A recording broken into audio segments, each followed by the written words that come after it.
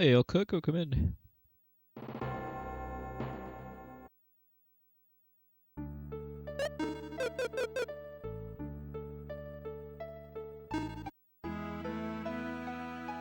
I've toyed with the idea of running a Dragon Quest game a few times, but it hasn't happened yet. It's a series near and dear to my heart, though, because like the very first RPG I ever played was the first Dragon Quest. Speaking regarding cores, in most runs I actually never fight cores. There's only a very slim number of chances to even encounter them at all. If you're playing the normal game as opposed to the ancient cave, you can only encounter cores randomly on the overworld. And in a run that doesn't use RNG manipulation, it's not something that's dependable at all for grinding. And in a main game run, you actually don't even need to grind, really, too. Because unlike Ancient Cave, the main story has bosses, and quite a few of them, and the experience you get from bosses for about like 90-ish% of the game is enough to get the levels you need in order to scrape through wins against the next boss.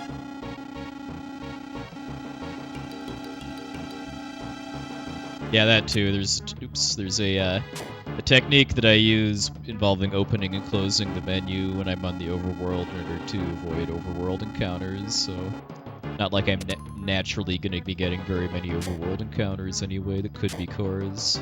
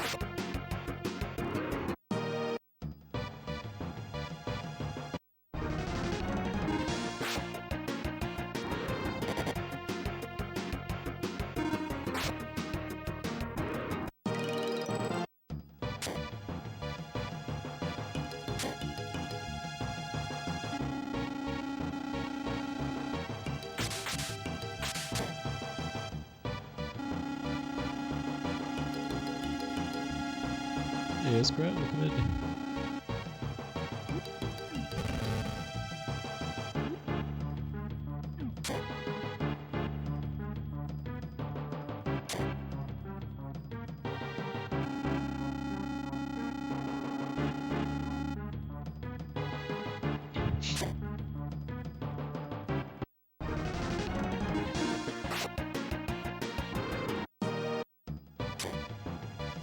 Thought the jelly was on the other side for some reason.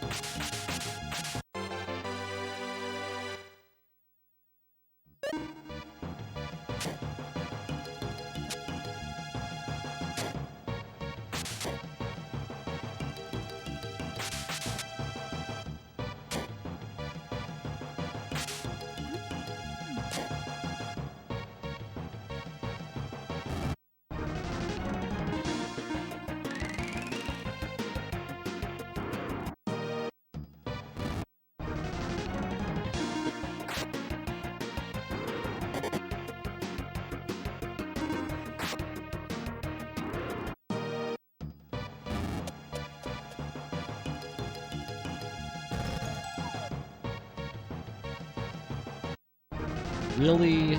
Come on. Sucks. That's never happened before too, where it's not only caught me, but it's blocked off the stairs.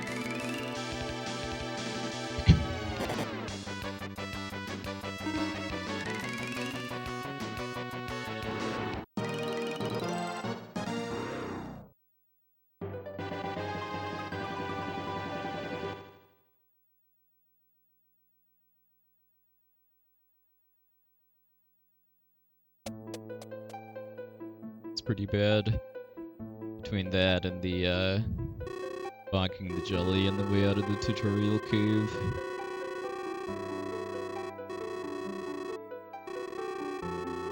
It's one I would not be too disappointed if the catfish sends me back to the title screen.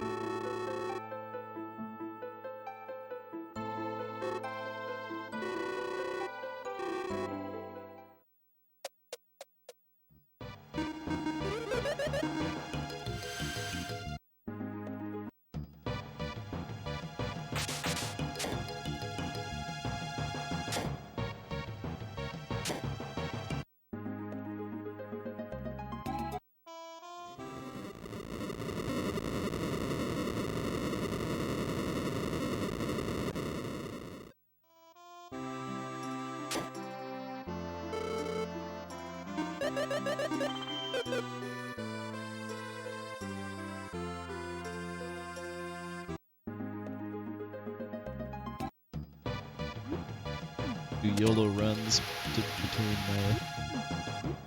on the overworld paid off.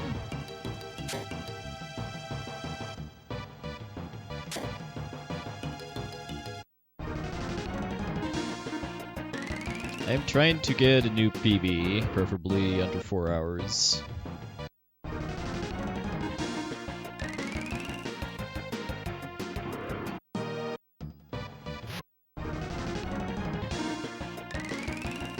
Yep,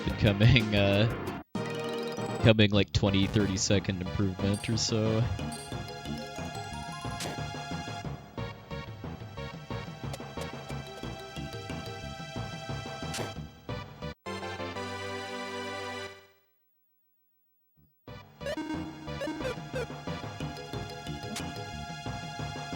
I didn't actually own a copy of this game as a kid, but I did borrow actually both Lufia games from a high school friend. They weren't technically mine, but since they were borrowed from a friend, I was able to keep them long enough to beat them without trouble.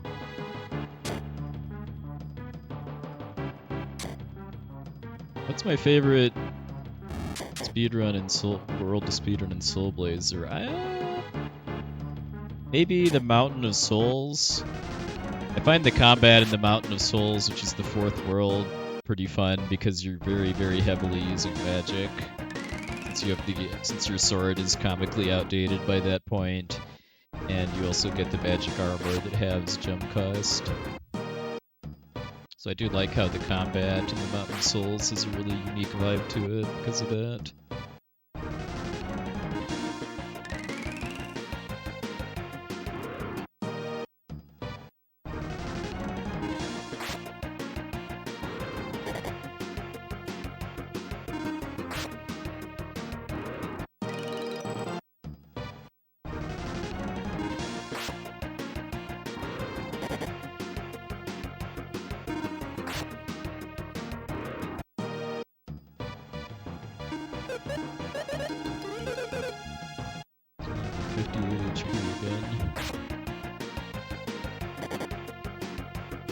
Ideally like to have 60 for the Catfish.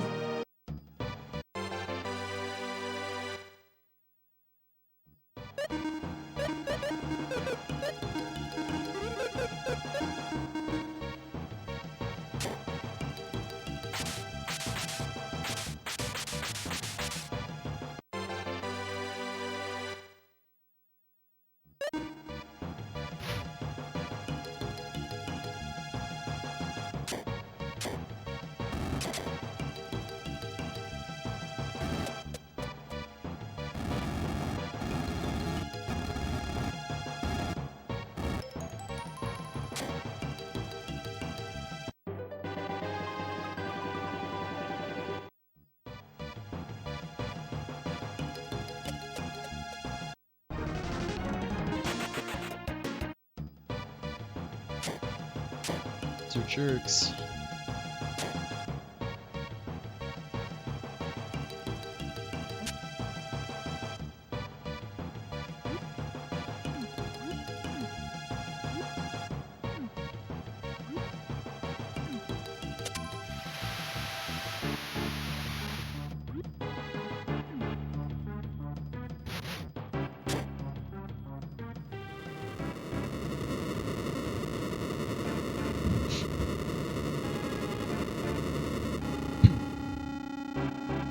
Alright, take two.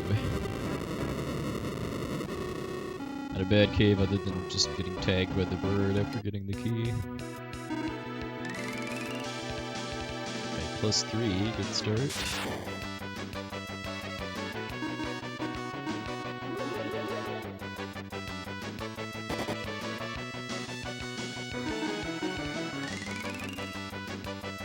+4.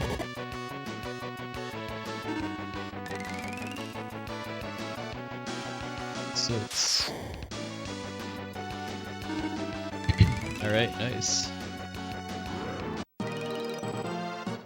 Gold.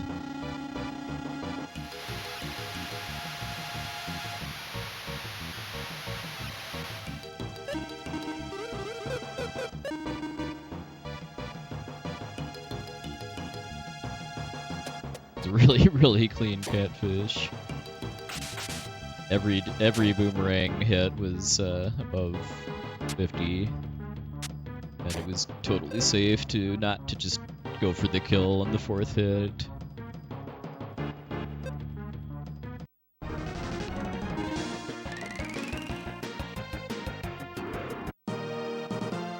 Dragon Teeth in the normal game you don't get until very late in the game.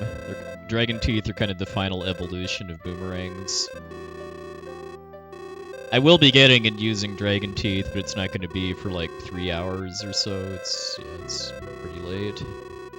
There's a reason for that too, because they're very good.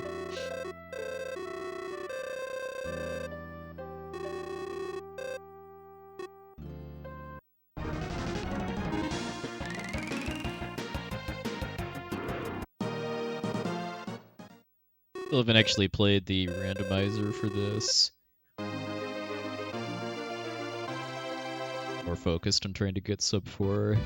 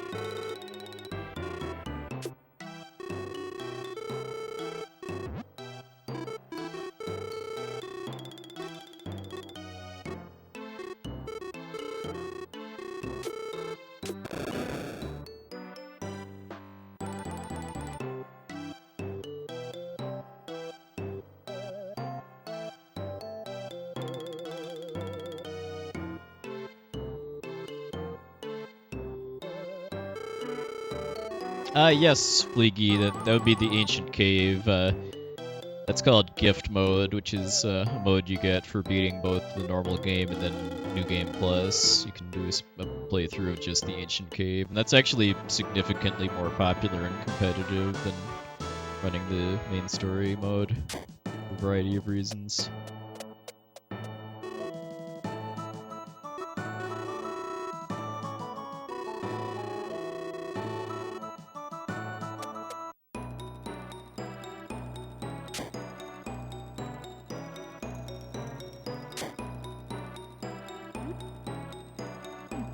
If it's a Discord invite related to this game, then sure, go for it.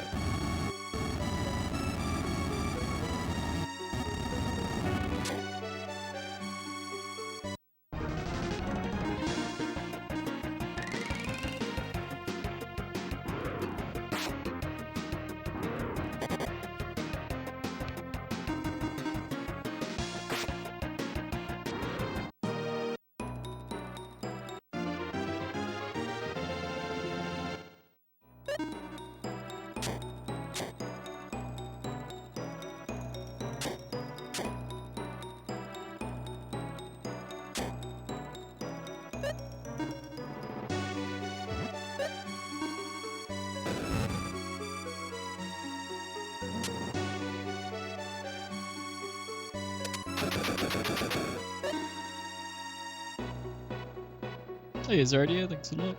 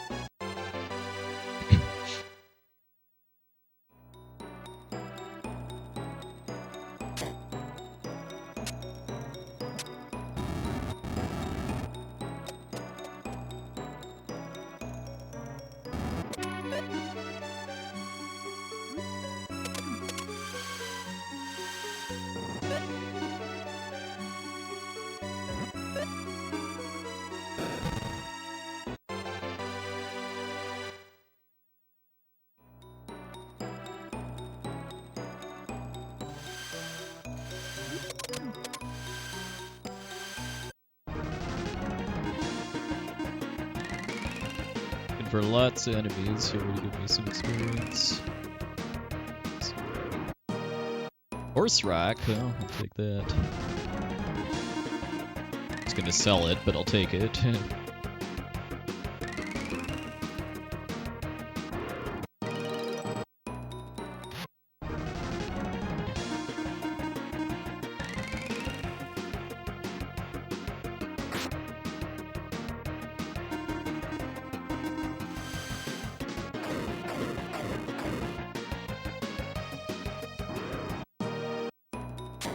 Hey, Somnus, thanks for the luck.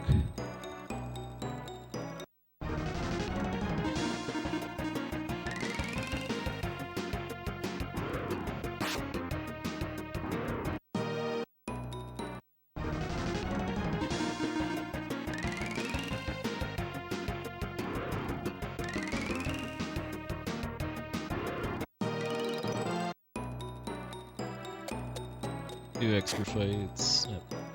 Not ideal, but not terrible.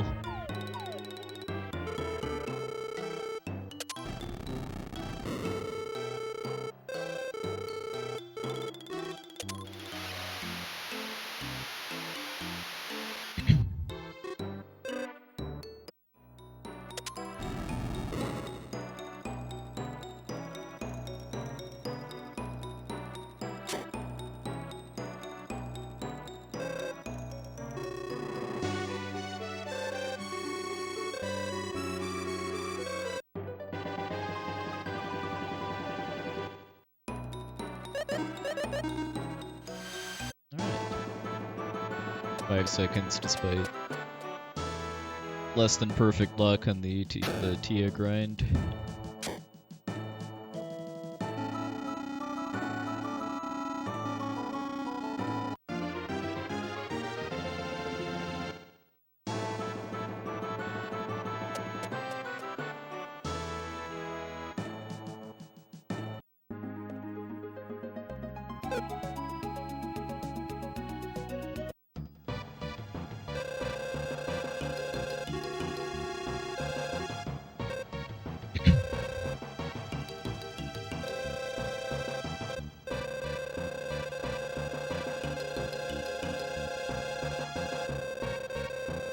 So the bulk of the time savings against my PB are in the, I want to say like the first 2.5 hours or so of the run. My end game is pretty good, but there's some pretty sketchy stuff in the early and mid game.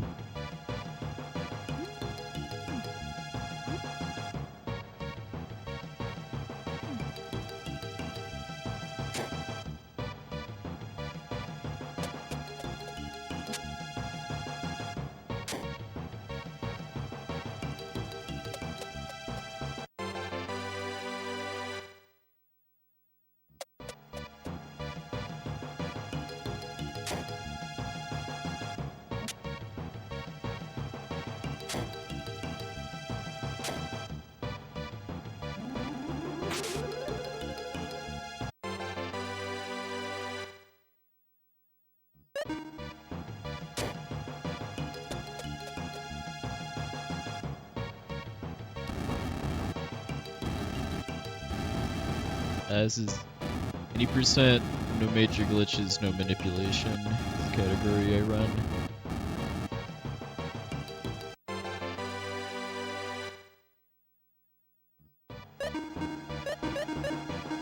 I have no plans to ever do a hundo run with this game too long, at least by the community's definition of 100%.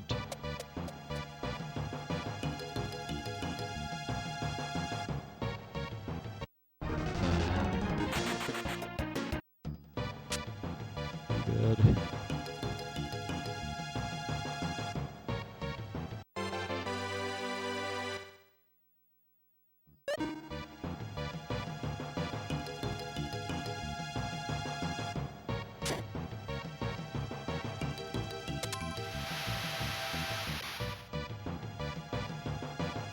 I think the community definition of 100% means getting all chests that are tracked by your final stats at the end of the game, getting all capsule monsters, fully evolving all capsule monsters, and defeating the egg dragon. I want to say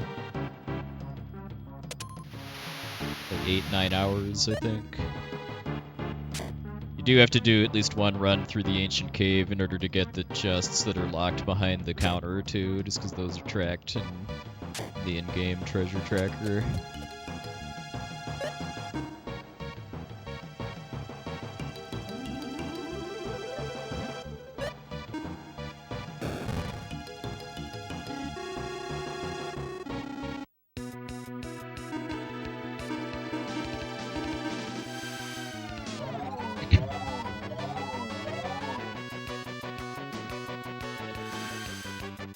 Well, you have to actually finish it to get the key that lets you get the chests behind the counter.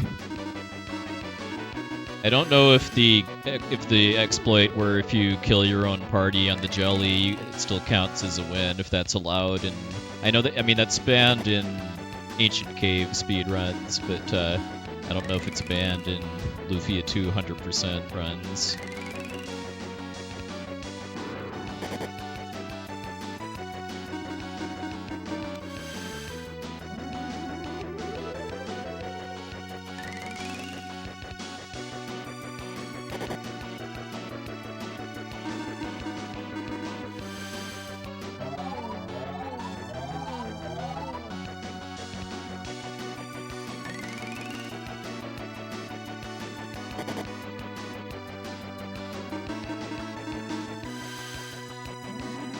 Hey, Linux Man, thanks for look.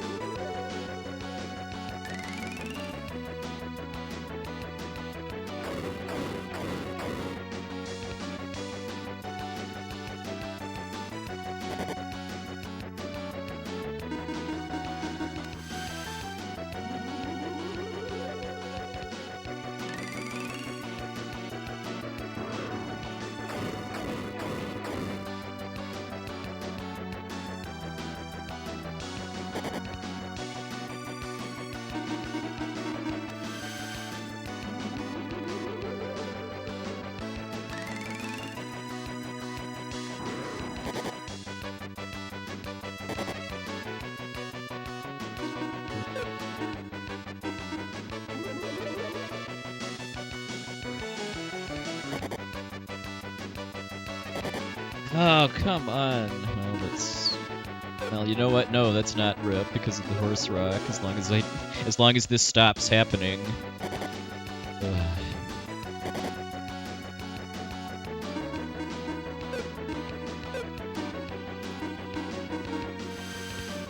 Hey, David, evening's here.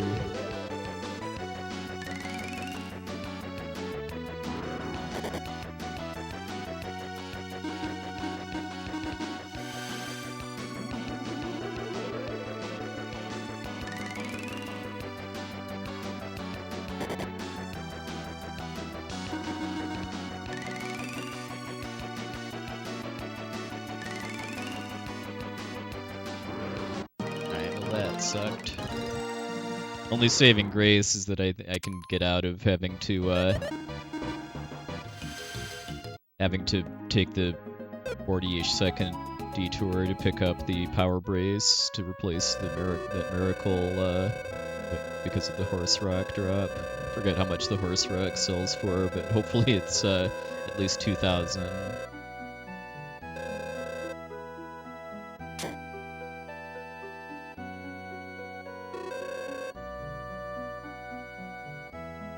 Yeah, if I didn't have the horse rock, using 2 miracles on Regal Goblin is rip run. No way to recover from that as far as money.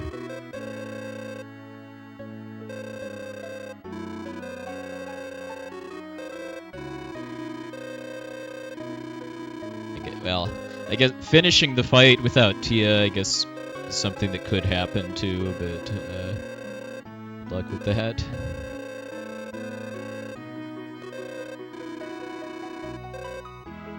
Yeah, not getting experience from that will be really, really problematic for Camu and Tarantula too. And for a sub-4 attempt, that would almost certainly just be a reset if that happened.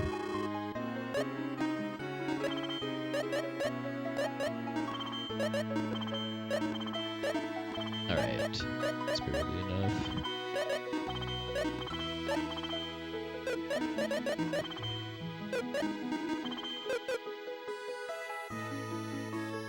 Hey, BTYs, welcome in.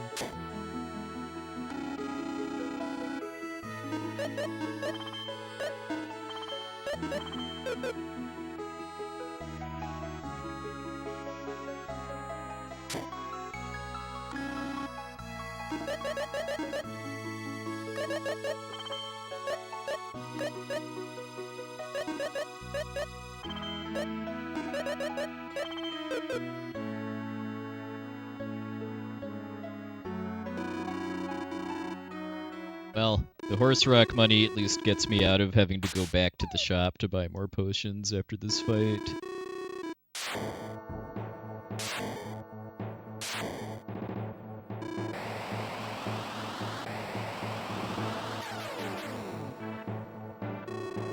The main rule set for Ancient Cave speedruns just bans that. I think there's like an any percent glitched category or something that allows it, but it's very unpopular if it even exists.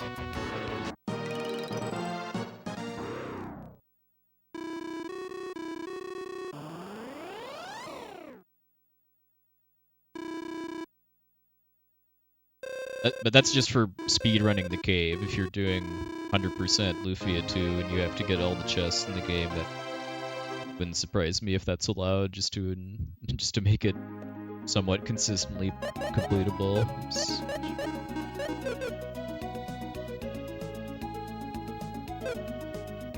Hey, music makes it. Come in. We're getting Camu's armor after Camu's fight.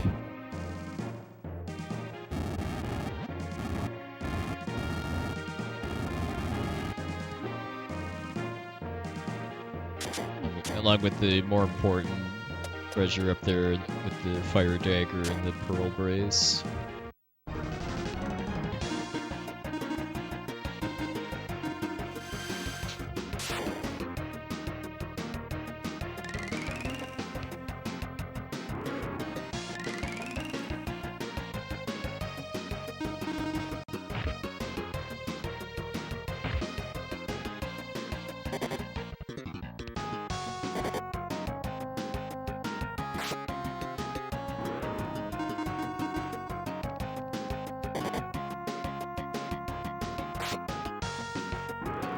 Distracted a little bit and forgot to just kill the last two with Tia's magic like I was supposed to.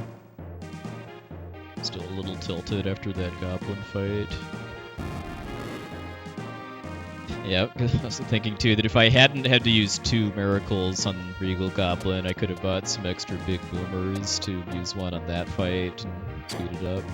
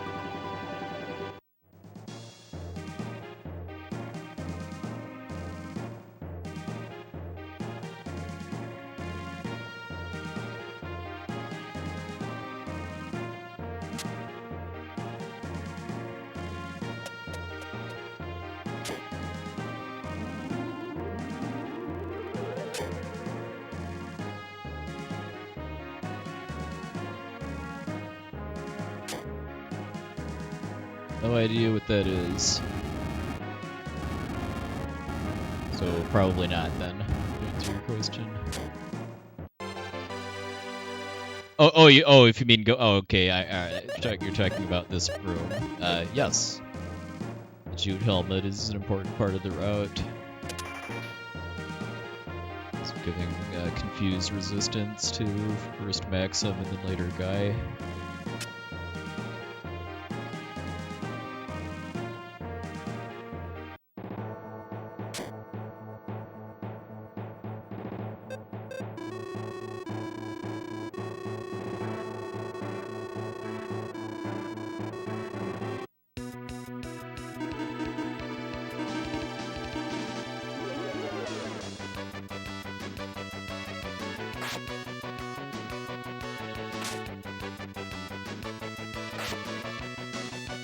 unlucky first turn. They get to do this now, which is rare.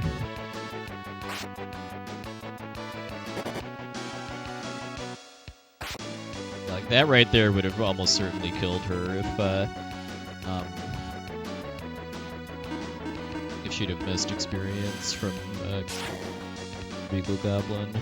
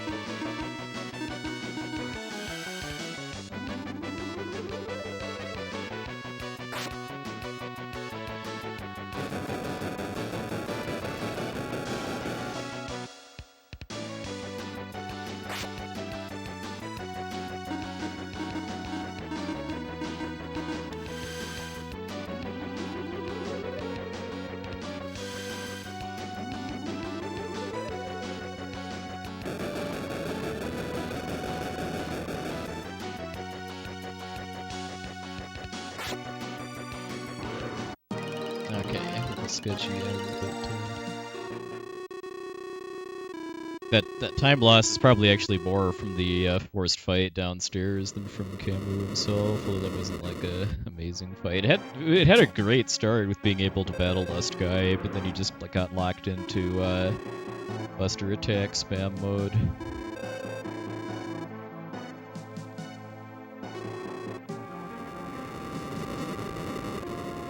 Well, the problem with getting the armor first in the speedrun is that having to do the forced fight in this tower without Guy is going to be very slow.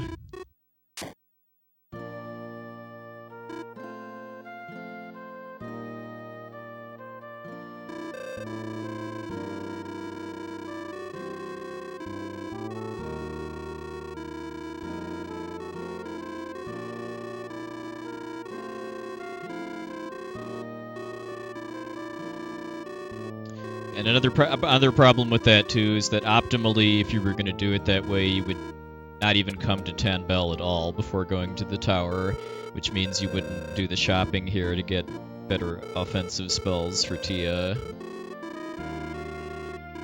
So that forced fight that usually has 4 enemies in it, I mean, would take at least 2 full turns. It's pretty much grind mode at this point. I found a couple minor strat changes here and there from practice and doing runs, but nothing really big at this point. I'd say the only kind of even quote semi-major reroute I've done is with the route I take through the Tower of Truth at one point. And even then, that only really affects 2 rooms.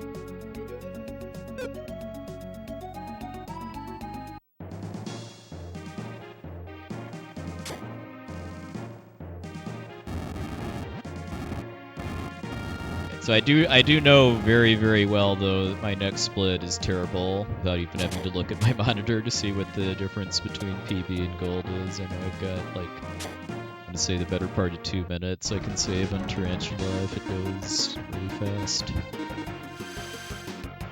Well, yeah, not Fire Dagger, but Tarantula. Yeah, for a casual playthrough, yeah, if you're struggling with Camu, then, well, I mean, it's kind of too late if you're struggling with Camu to get the armor first, because you're almost certainly have saved by that point. And once Guy joins, you have to beat Camu in order to get access to the treasure behind him, but if you think you might struggle with Camu, then yes, I would recommend coming here before getting Guy in order to loot the chests.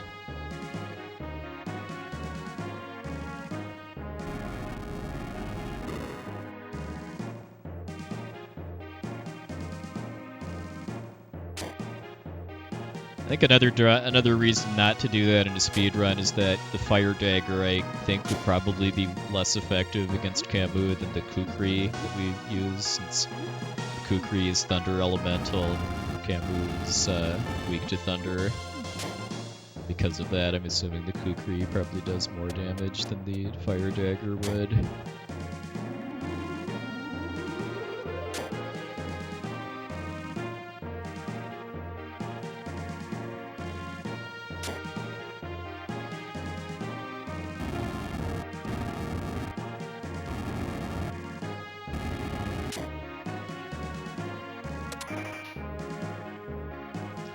I know we've got a long way to go, but I'm feeling very conflicted right now if I want this run to actually PB or not, just given how hilarious it would be to have a run that, for all intents and purposes, should have reset on Regal Goblin, but was only able to keep going because of getting the Horse Rock drop.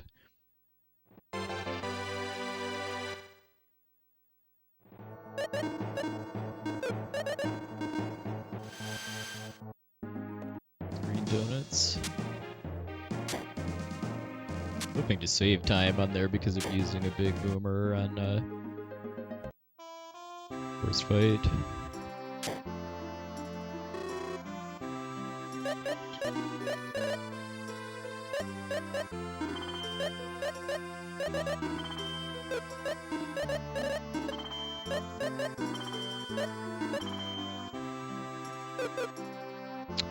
Drops from bosses are not allowed in this rule set. Drops from regular encounters are. The logic being that you could, if you wanted a drop from a normal encounter badly enough, you could farm for it. Which is something you couldn't do with a boss.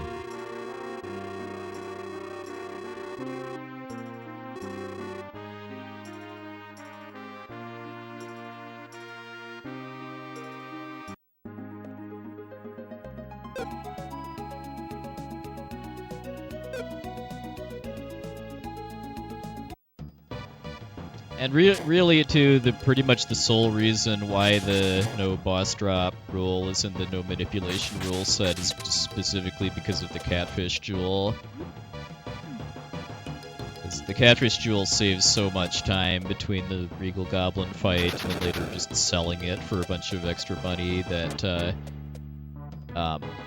if it weren't banned, then getting record at this category would more or less require resetting until you luck into getting the Catfish Jewel.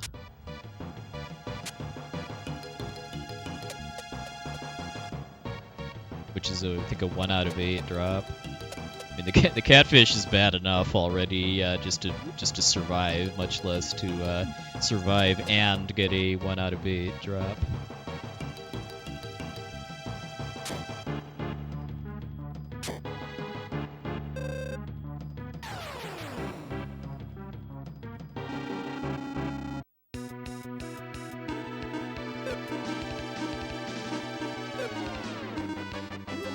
Short of being able to IP. The Aqua Whip would give Tia a nice minor boost to for defense and I think magic power, but it's it takes too long to create the bridge to get to where it is to really be worth it. Like some of my very early runs got it, but I cut that out of the route pretty quickly after realizing that the payoff just isn't really there, even for safety.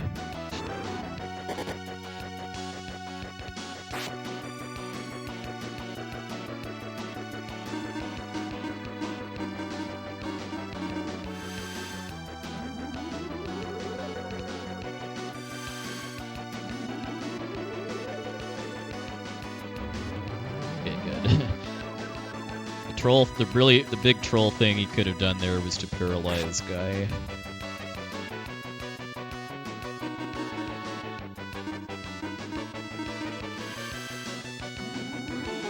I don't think poison is bugged in this game. I think poison just doesn't really do much damage because it's just not really intended to be a nasty status effect.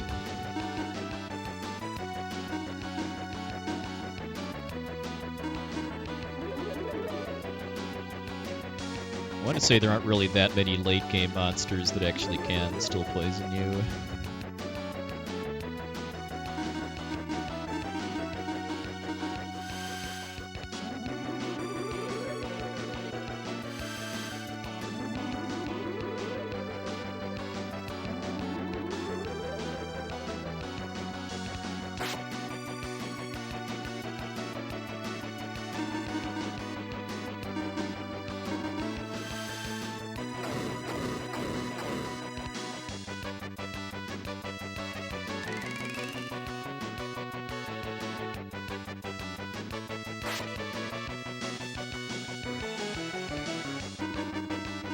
Might die this turn, should be a pretty nice time save.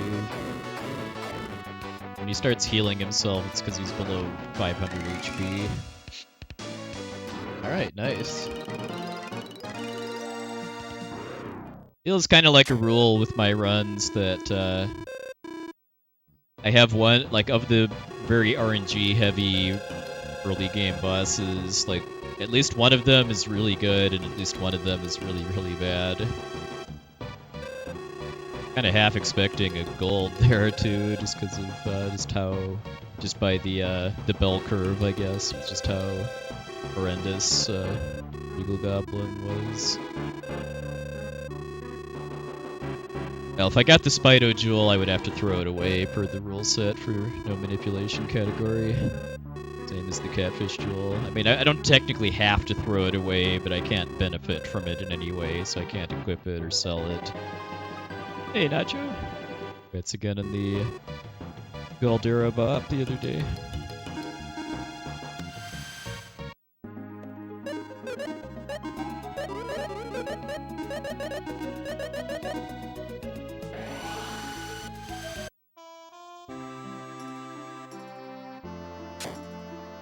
Hey, drunk guy. Yeah, likewise.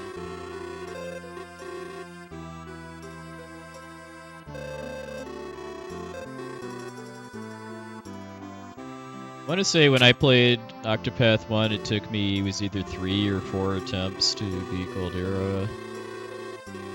The first one didn't go too hot because I knew going in that you have to split your party and fight both parts with different parties, but I didn't know which side of the party menu corresponded to which fight, so I ended up reversing what I was intending to do.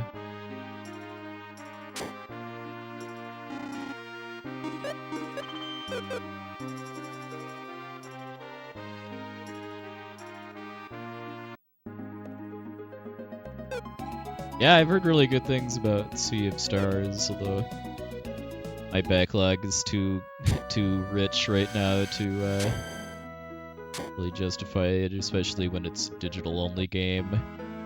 Kind of have a rule that I only play digital games either, or I should say, for games like that, I wait either for it to come out physically or to get a really big sale. I think Sea of Stars is confirmed to get a physical release, but not until next year. Seems a little strange to me for a game that had a lot of hype behind it like that. Why they're waiting so long to do a physical release.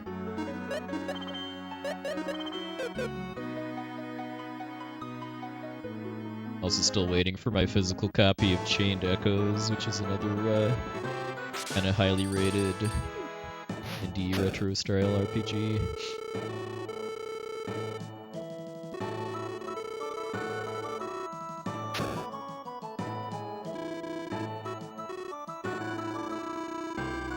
Also still trying to figure out what my next speedrun is going to be after hitting my goal at this, too. A couple ideas, but I haven't committed to anything yet.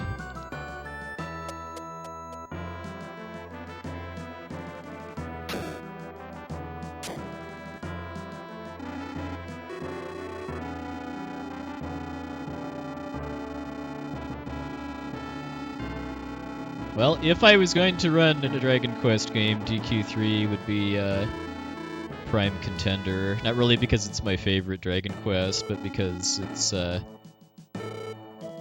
of the neatest looking speedruns, and it's not super long either.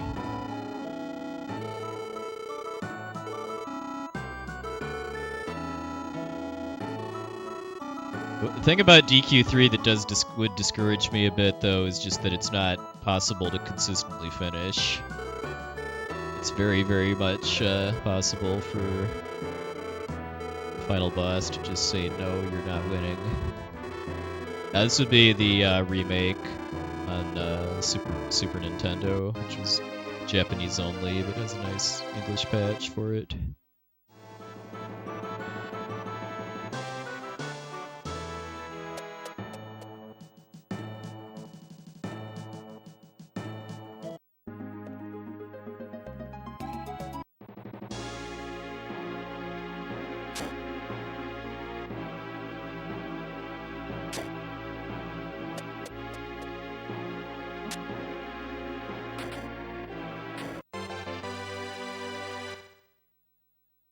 Yeah, I got Triangle Strategy on Steam when it was like half off or something a while back, although I haven't played very much of it yet.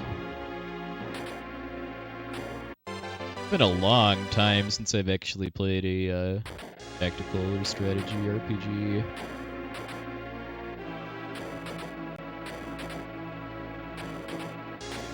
The genre that I just kind of honestly don't really like quite as much as I used to, but given that I have not played a game like that for quite a while, I feel like I'm at least overdue to give it another shot.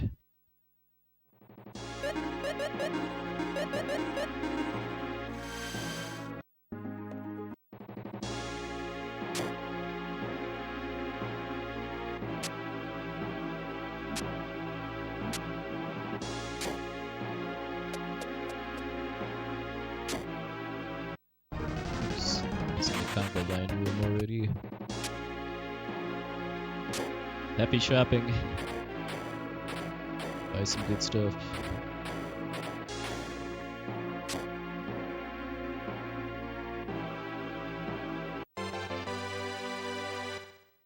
That's another thing I'm honestly still trying to figure out too, because an idea I've been toying with a bit too is revisiting some runs that I have not done in a very long time, to the point where like my PBs don't even have like what I'd consider good recordings by my standards nowadays.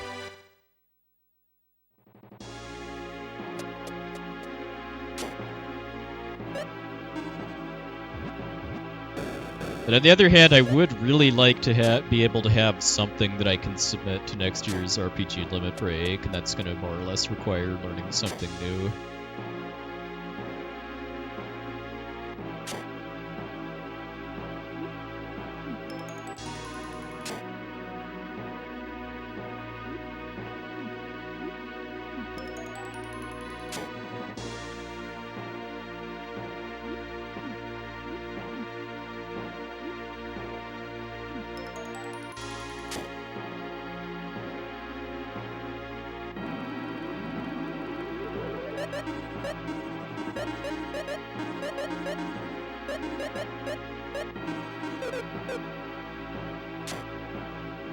Oh yeah, it'd be awesome if you're able to make it out next year.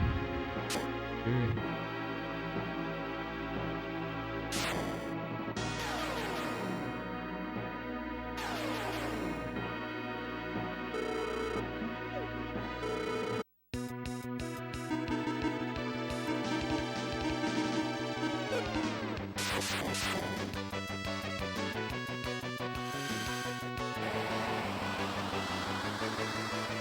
I think I have a copy of the last story that I've never touched for more than a few minutes. About a decade or so ago, I remember toying with the idea of at least casually learning to run Super Metroid, and then I tried to wall jump and thought better of it. Well, I mean, submissions for Limit Break aren't going to happen until next year, but yeah, I mean, if I want to have a good submission, I mean, realistically, I need to learn a new run, and then have it kind of be good enough at it that it's worth my time to submit, which would take a while, especially depending on what it is. So with kind of with that in mind, it's never too early to start thinking about it. Yeah, we're targeting to have next year's Limit Break in May, which would then generally probably put submissions in like late January, early February.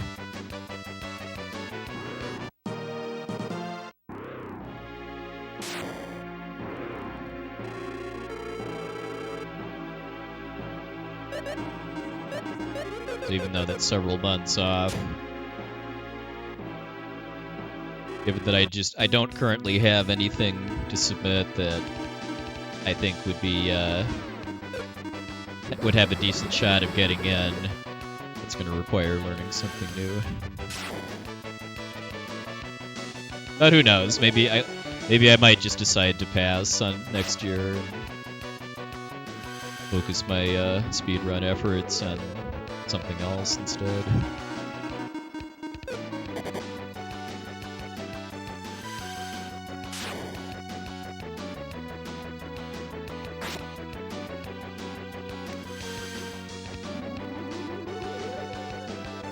Yeah, one thing that definitely kind of struck me about this, what ended up getting onto the schedule for Limit Break this year, was how PC heavy it was. PC was by far the main platform that people were doing runs on, as opposed to console.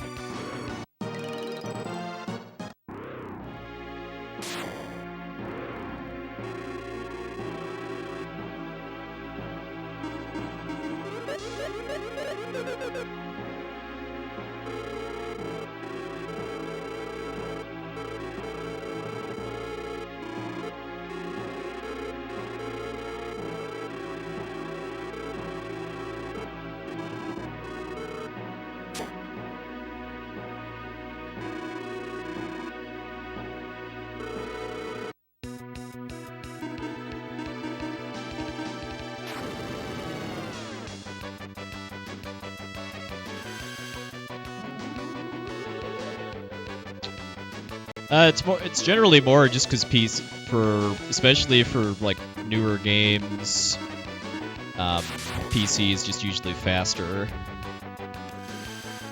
because of loading times and frame rate differences. Like for basically any game that's ever been released on the Switch, I want to say if it's possible to play the same game on PC, it's significantly faster because of loading times and higher frame rate.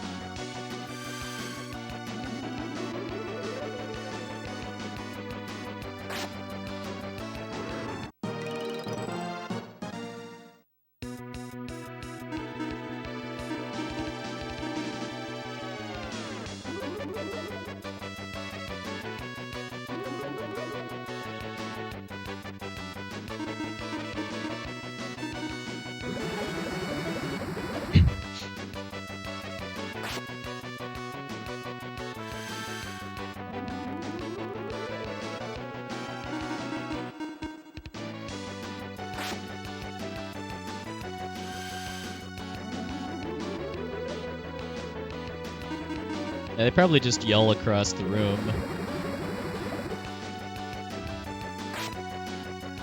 The really funny part about these fights, though, is that if you have a capsule monster, the capsule monster is in both fights, even though they're supposed to be taking place at the same time.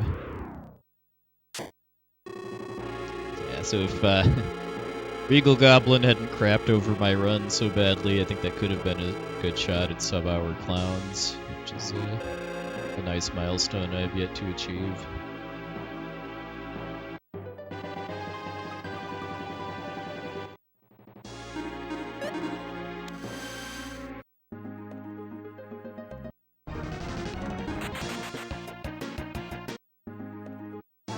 Take the chance at overworld encounters there because of cores being a thing on this island.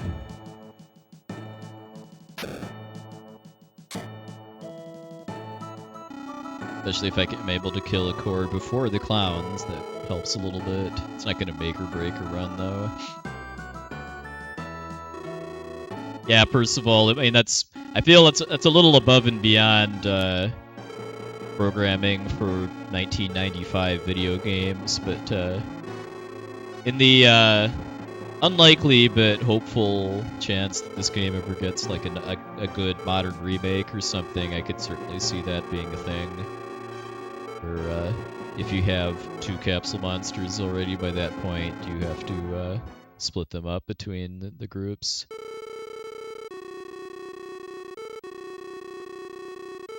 Be kind of cool too if the game actually let you choose who fights each clown. Kind of like the Fork Tower in Final Fantasy V. You get to choose your parties for the two bosses there.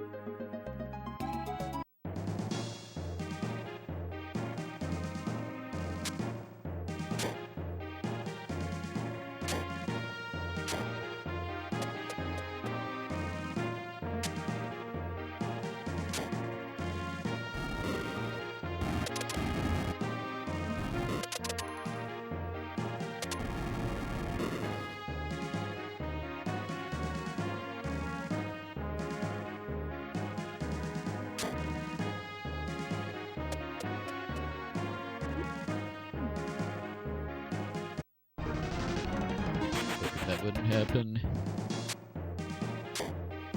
Really much I can do about it other than hope, though, when I'm locked into the dark tiles like that.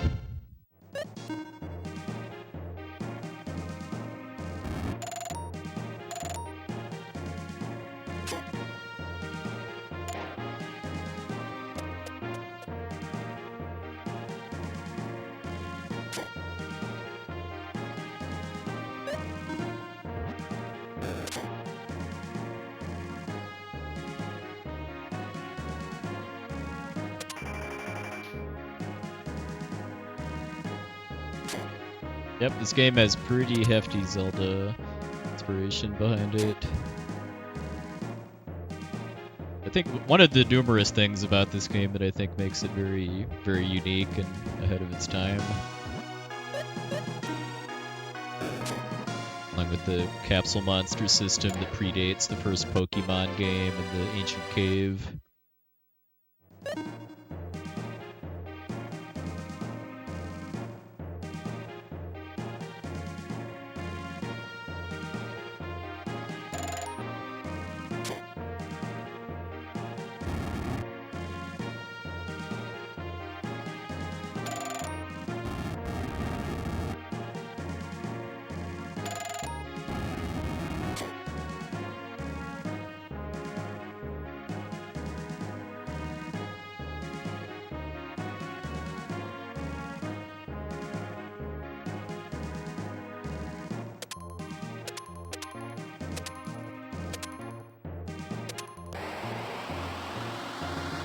Hey, RP Gamer, thanks for the luck.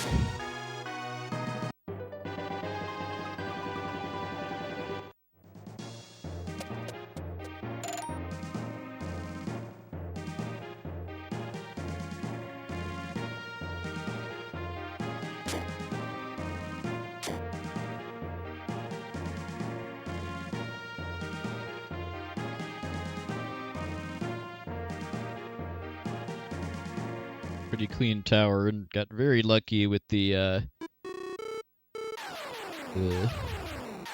goblin. I had to wait to step on the switch at on the first floor. I did not have to wait at all for it. Yes, I do have tomorrow off.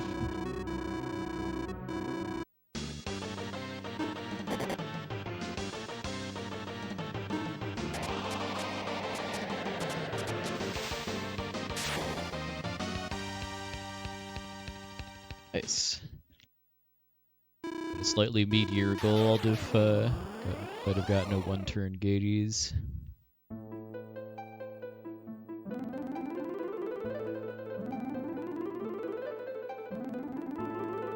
There is actually a category to defeat Gordovan Gades. I've never run it though. Hey, sure, lol, welcome in.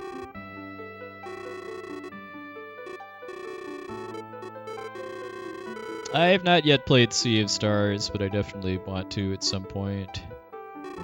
No, it's not, Tipo. It's you just, even with manipulation, you just cannot keep up with his damage output.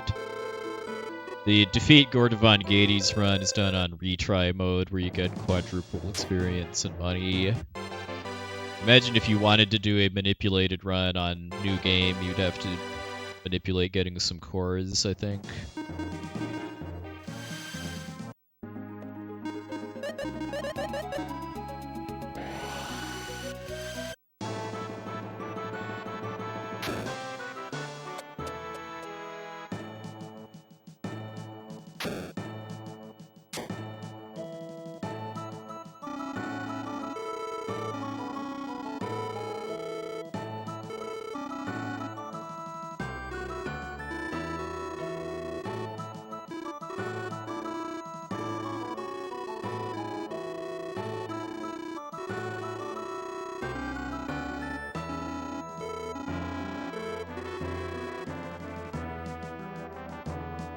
If you were trying, I mean, I haven't actually fought Gordovan Gades since I tried to win since I was a kid, but nowadays, if I wanted to try to do it, I imagine the Mind Ring would factor pretty heavily in because of being able to use the stronger spell if you have the IP for it.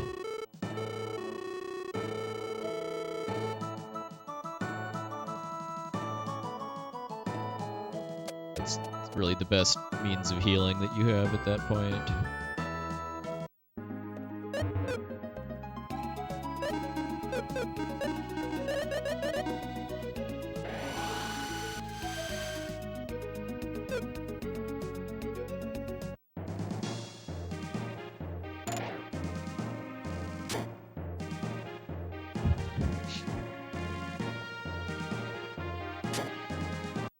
Yeah, I'm probably gonna just wait on the physical release for Sea of Stars unless it gets like a really, really good sale before that happens.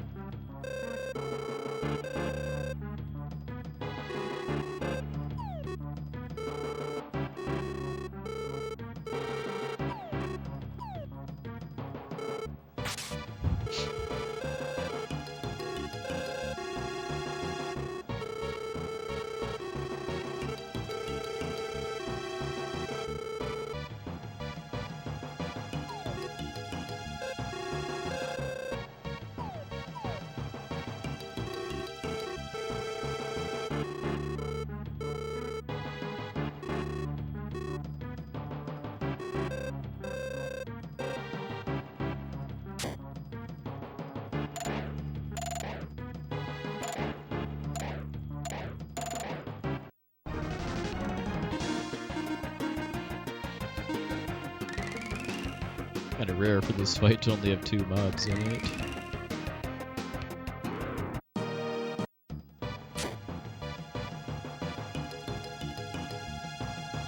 Yeah, I kind of viewed this sequence here as a throwback / apology for the similar bridge repair quest in Lufia 1.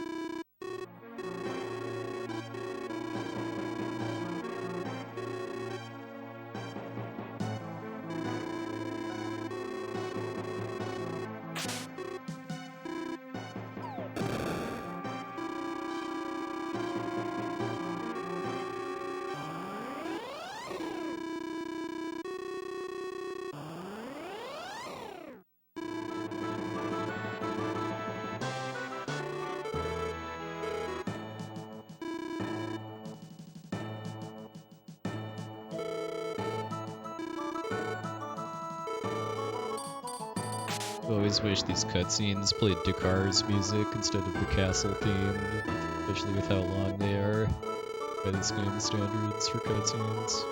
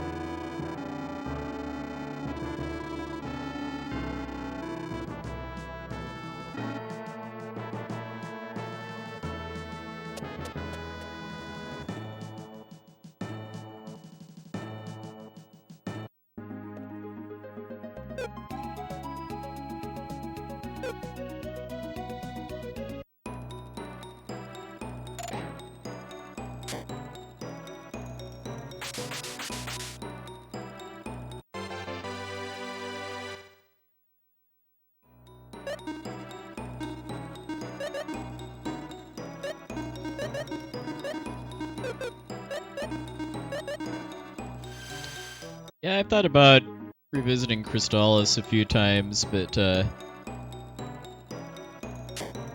something that does turn me off about what the run of that game is like nowadays is that it's got a lot more stuff that's skippable, but the thing that you can't skip is the grinding.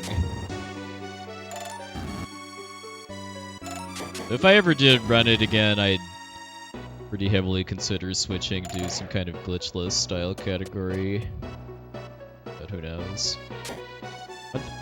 One thing I do want to do with runs that I've done before and revisit is that if it's a run that I don't actually have a good, clean video recording of, then I want to get one. And I know my Crystallis PB doesn't have a clean recording because I don't think I actually had a good recording set up for NES at the time.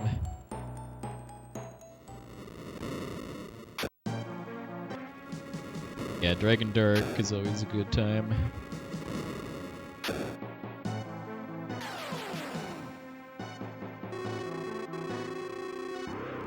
They drill by women.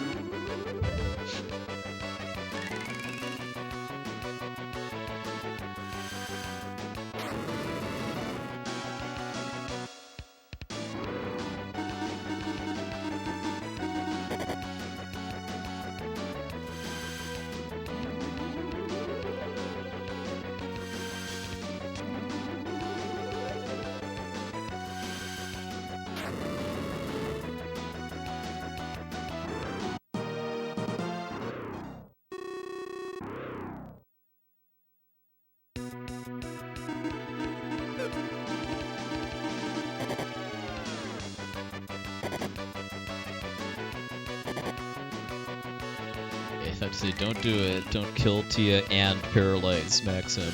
That's really the only way this fight is kind of really losable.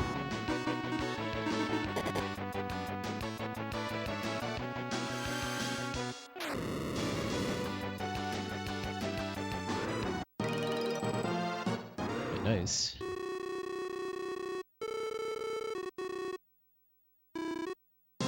Yeah, Maxim's totally good in IP now.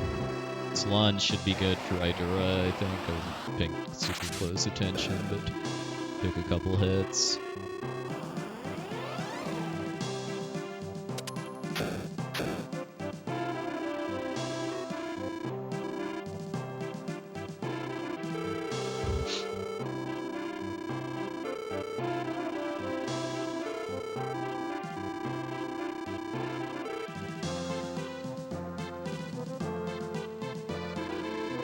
Tia's about to lose all of her equipment too for displeasing me on that fight.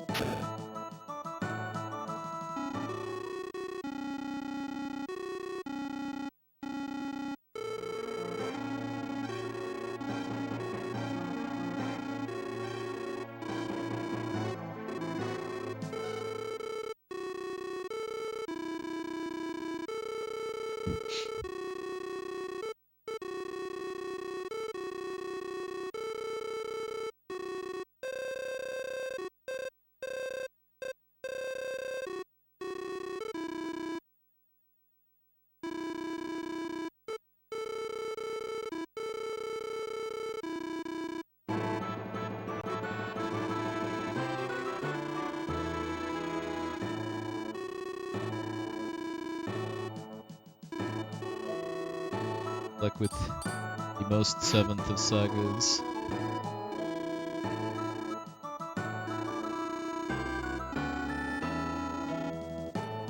Now I can't not vote for Lux when clank clank clank clank clank is an option.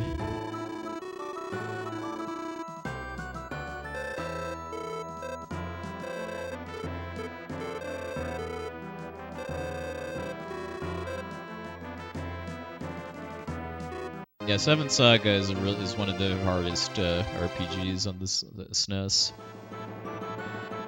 Pretty much exclusively because of changes that were made to it from the Japanese version when it was translated.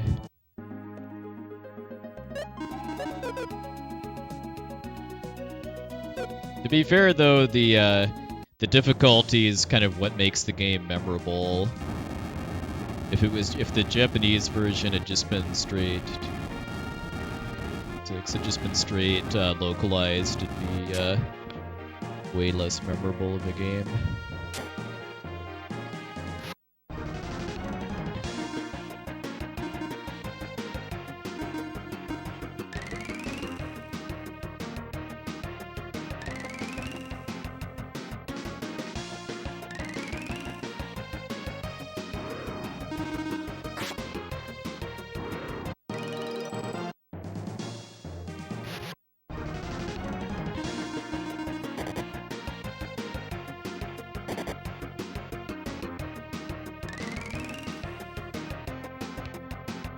Hey, and if you're done, insert response, and happy Labor Day weekend greeting here.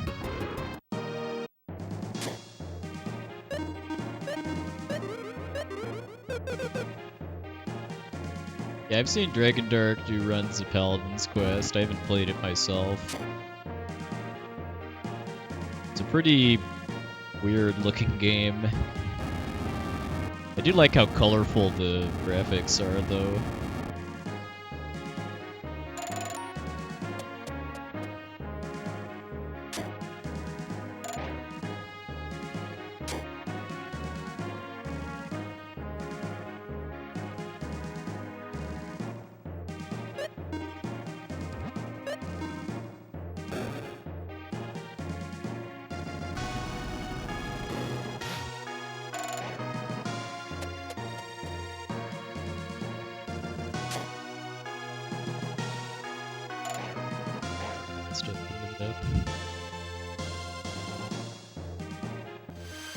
Possible to get past that first bowl without having to stun it.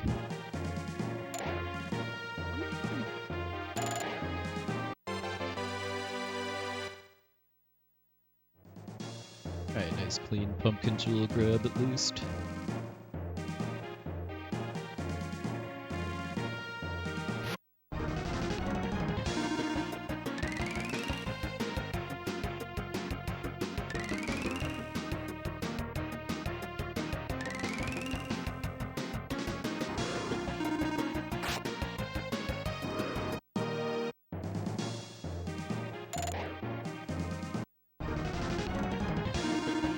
He's got the preempt on this fight, which is not absolutely not guaranteed. Certainly glad Maxim got good IP from Trolls, given that he didn't really get any here. Let's get the safety miracle fast. Oops.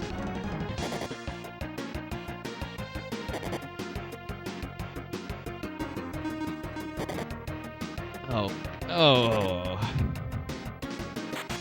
Well, by skip, I mean, get, I guess. That really sucks, and that's all my fault.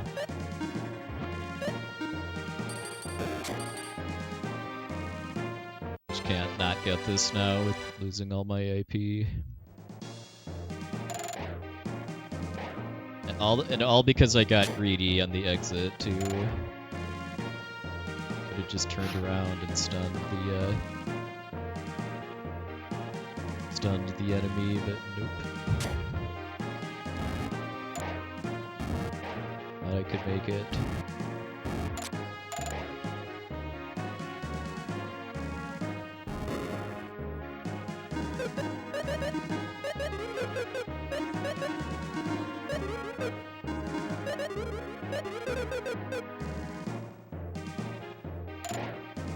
Done my equipping on that menu too.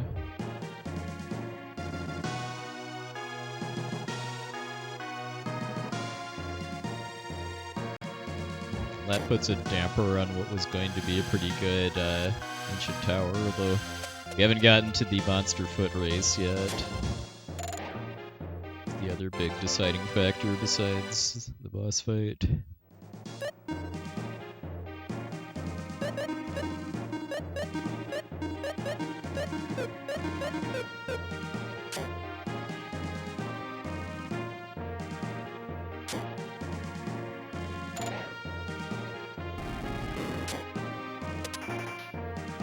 Hey, Emily. Yeah, the only thing that's gone, like, really bad so far is the Regal Goblin fight, and the big irony is that that would have been a rip run at that point if I hadn't gotten a lucky horse rock drop from one of the horse fights before that, because I was able to sell that for enough money to actually keep the run going after having to burn 2 miracles on Regal Goblin to get killing Tia.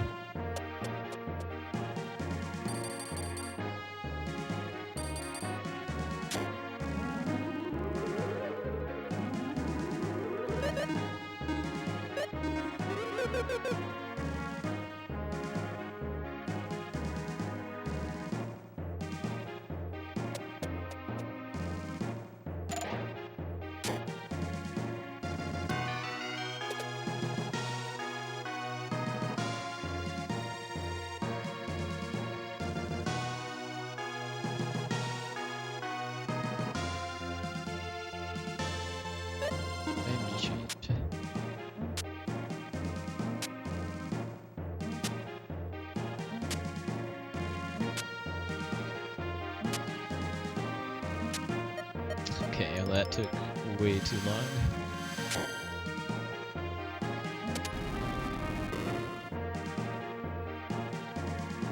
Hey, Octahimio, come in.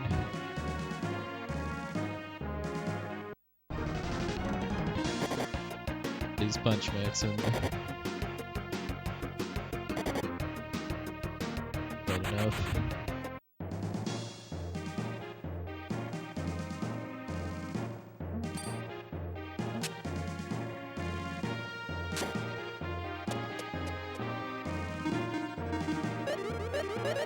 Well, here we go. The start of this fight could be kind of interesting, given that Maxim has no IP.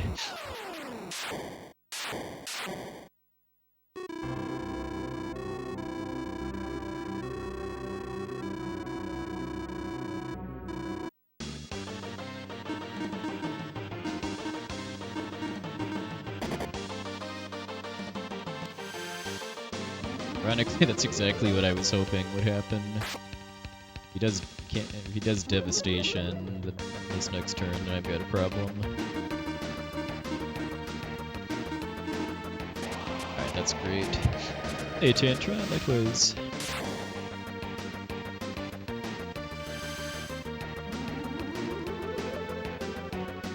Alright, now we're in actually decent shape.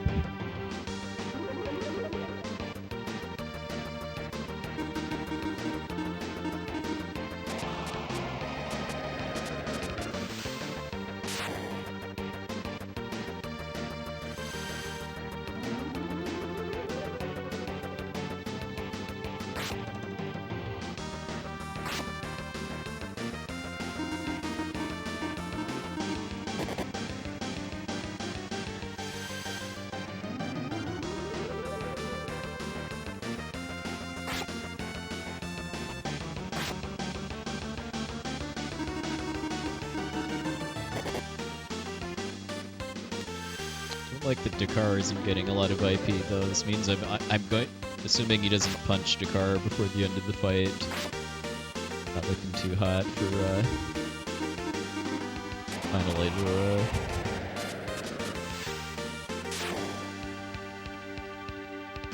So I have a really bad Lions fight to pull it up.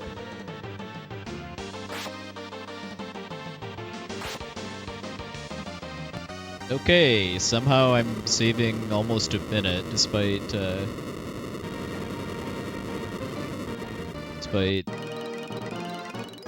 Maxim dying in the tower and then having a horrendously slow monster foot race. Yeah, that could have been really nice Gades 2 split if one or both of those hadn't happened.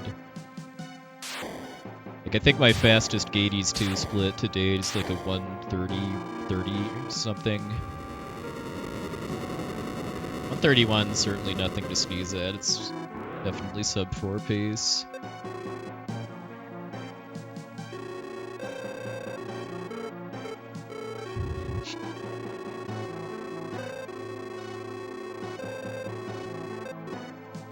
If this run PBs though, it'll be pretty hard to put it down though, even if it's a sub 4 because of not just that, but almost losing the run to Regal Goblin.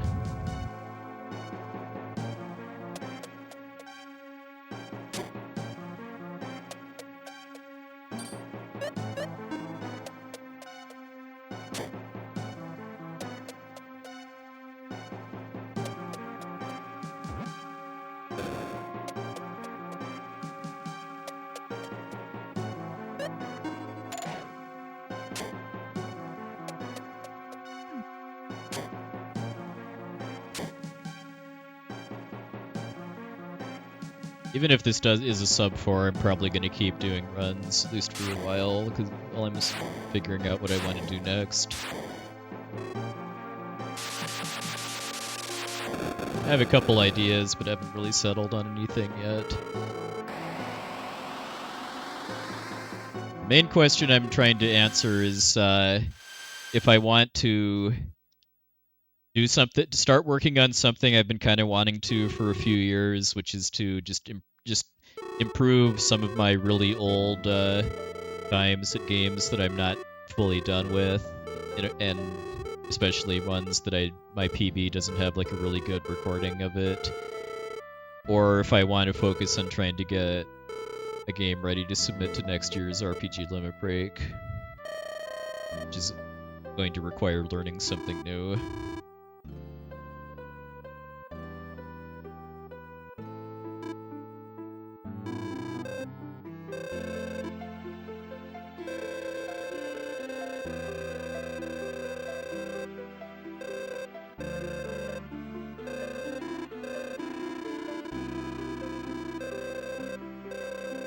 Once I have some kind of ideas on what to potentially do next, depending on which of those directions I decide to go for my next round of speedrunning.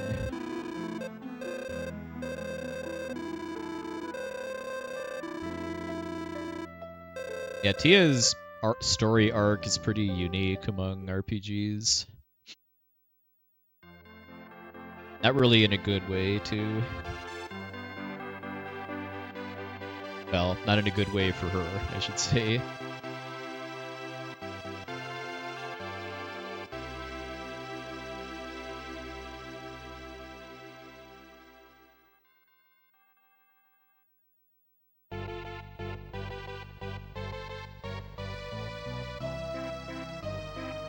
Yeah, I played this game before Lufia 1 as well. It's interesting in that I don't think there's really like a truly correct order to play these games in, at least purely going by storyline stuff. Because this game is a prequel to Lufia 1. It takes place roughly 100 years in the past. And the start of Lufia 1 is the final dungeon and final boss fights of this game. So playing Lufia 1 first somewhat spoils the ending to this game.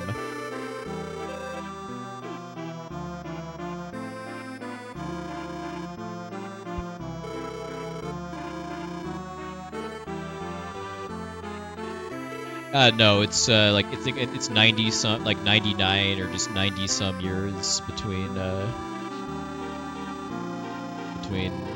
Maxim and then his descendant, who's the hero of Lufia 1.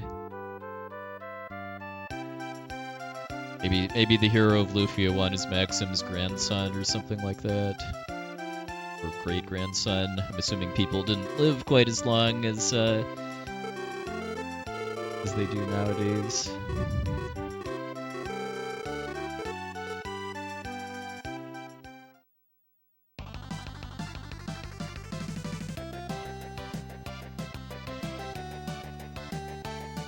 I have toyed with the idea a few times of doing a few runs of Lufia 1. It would, if I ever did that, it would certainly not be a very long project.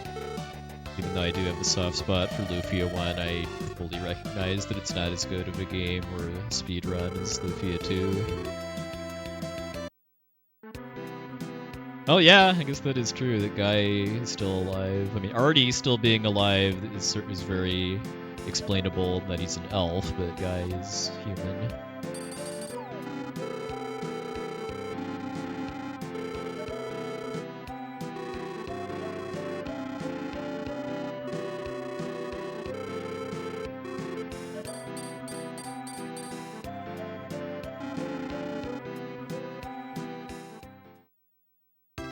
I like Mario RPG, but I have no plans to ever speedrun it, and it's not because of the super jumps, it's just because the isometric platforming isn't really my jam, and the run of that game has so many mini-games that matter a lot for your time, like the minecart and the chasing booster up the hill and stuff like that, and a lot of those mini-games just don't look fun to try to do fast to me.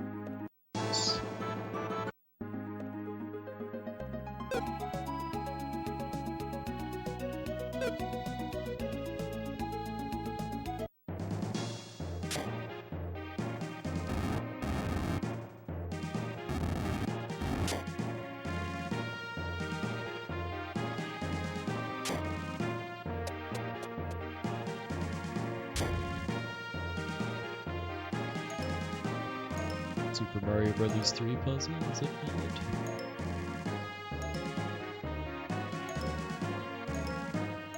Nice. Alright, have a good night, Fiora Star. Thanks for stopping by.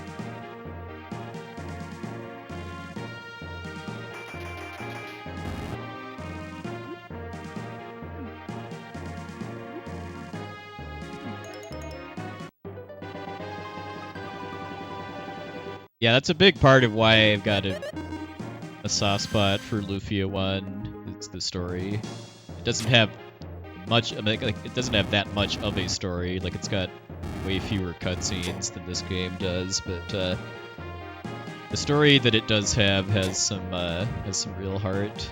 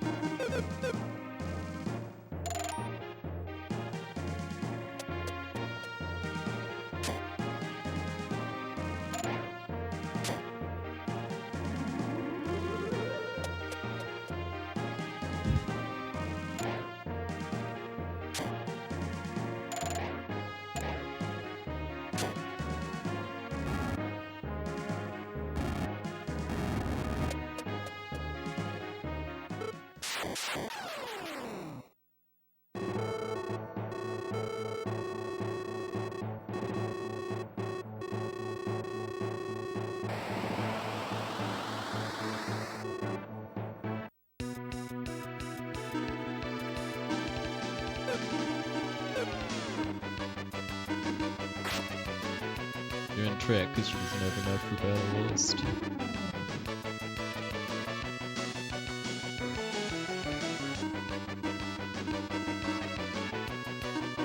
Doing this because she doesn't have enough for Bolt. But she got more IP than that off of the trolls and mummies.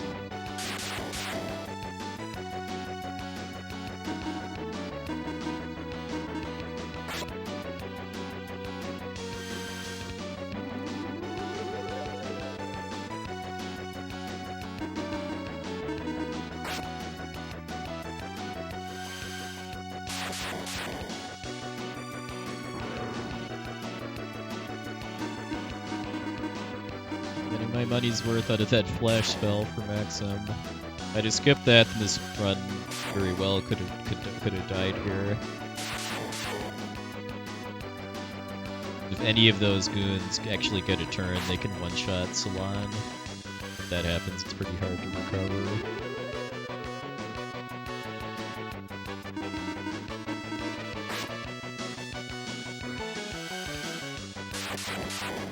Not going to be a particularly fast idea kill.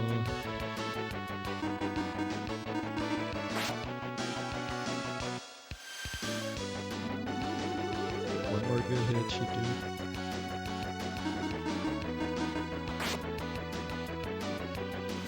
That not being a good hit, because, well, not getting the full battle list wins.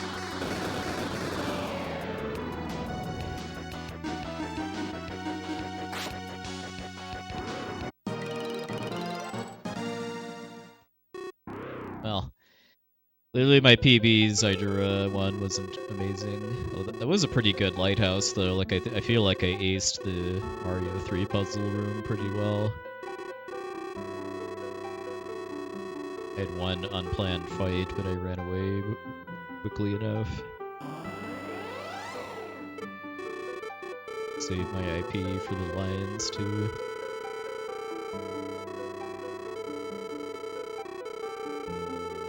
And I also skipped safety saving before coming here, too.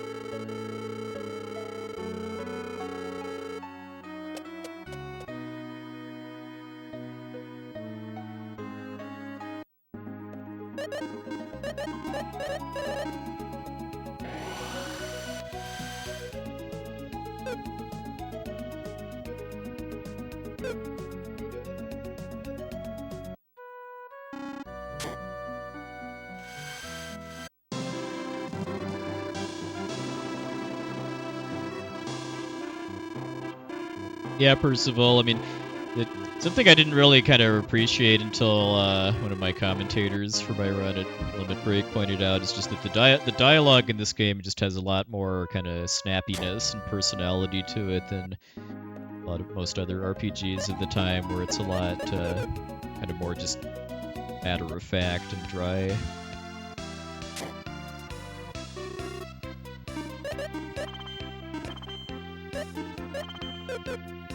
Hey, Monocold, welcome in.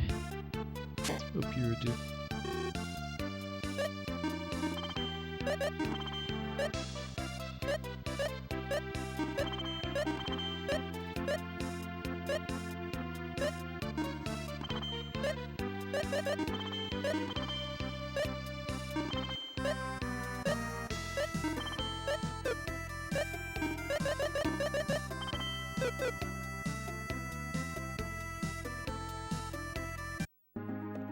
I forgot to buy the turban, but oh well. Going back for it, especially when I got the cloche from Eric's. I should check what the stats for the blue beret are, though, because I didn't. Maybe I should have equipped that on Salon instead of selling it. It's actually better than the cloche, but potentially better than the turban.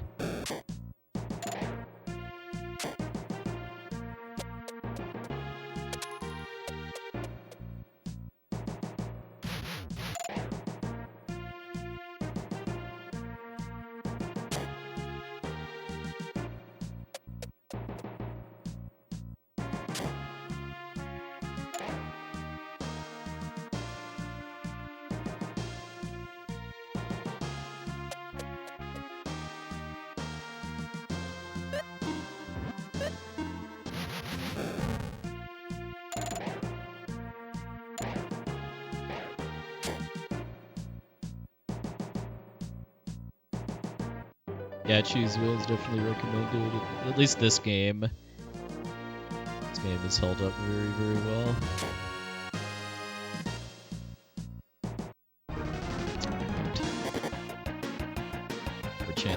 Chances for Dakar IP.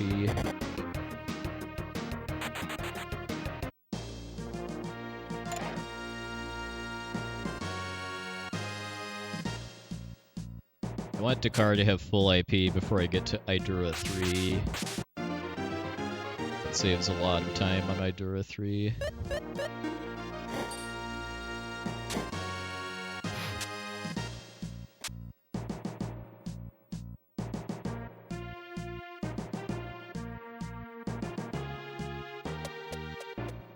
The two main fights that kind of set the stage for if that's going to happen or not are Gades 2 and the Lions.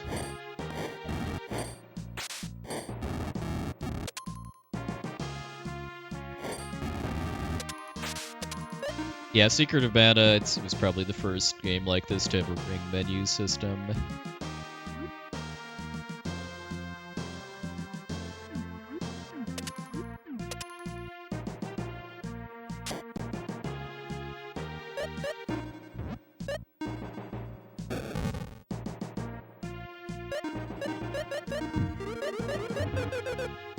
I get beat again here. That bee that caught me let me off really easily by not using its AoE attack.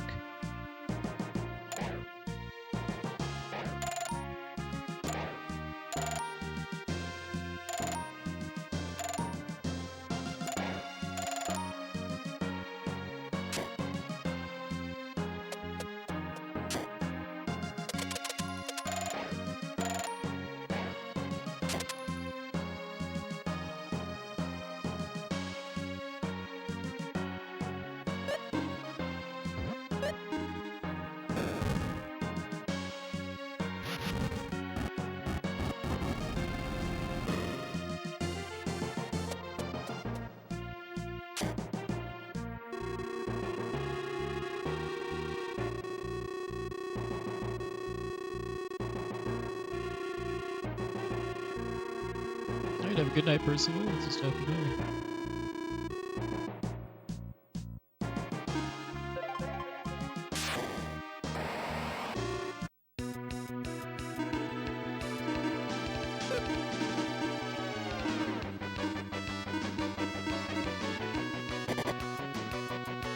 Don't do it, don't do it. Okay.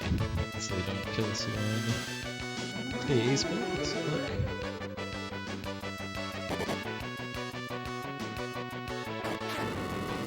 Lucky that that bite didn't kill her when she doesn't have the turn.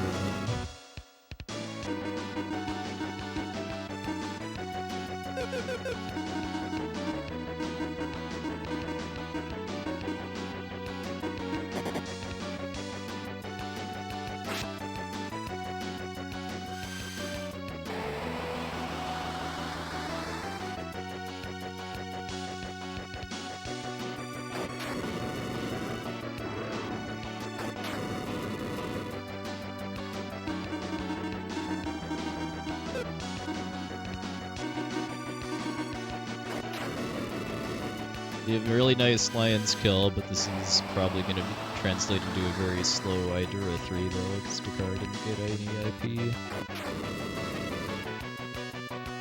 The odds of getting it a bit before Idura 3 are pretty low. Nice gold though. Keep in mind though, I'm going to have to give at least like a full minute of that back to Idura 3 unless something happens unexpectedly to top off Dakar's IP.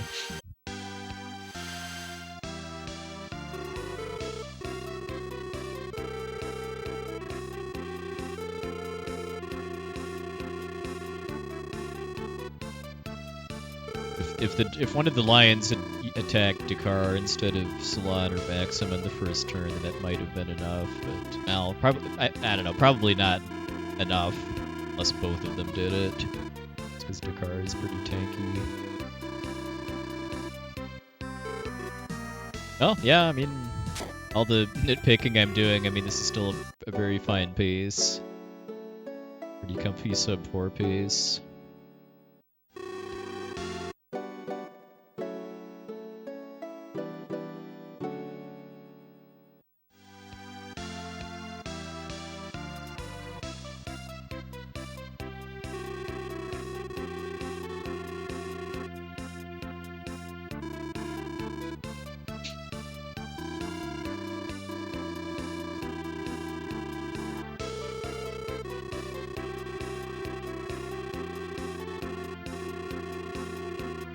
Enough talk about sub 4s or whatever. It's time to hit up the ancient cave.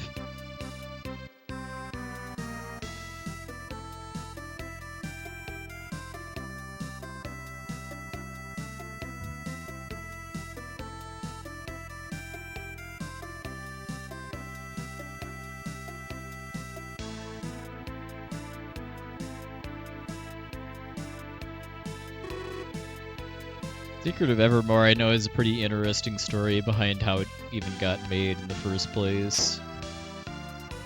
Oops. Well, I guess we get the PSA instead of the shop because I went into the wrong house. Hey, Owl's Nest official, thanks a look. Joking.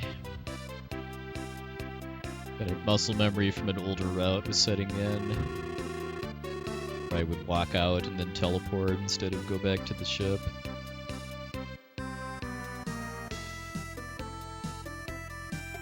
It's only a few seconds slower to do it that way, but it has the potential to save, or I should say to lose more time if the menuing to do the teleport isn't clean.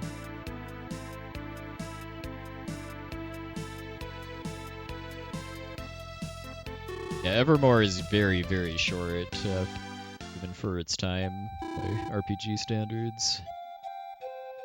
Like it's about the same length, I'd say, as like Final Fantasy Mystic Quest or Soul Blazer, which is on the shorter side for an RPG. 10 to 15 hours.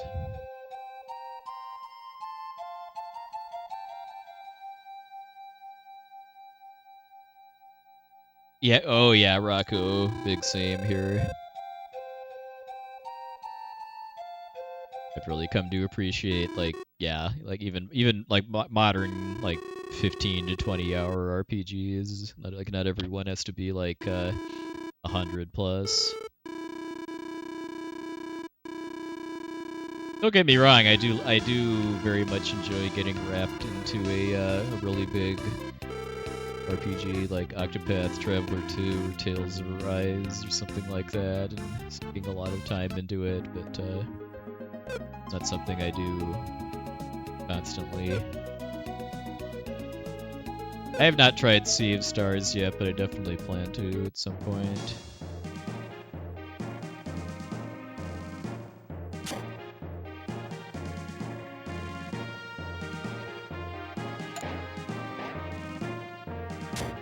Pattern from the game.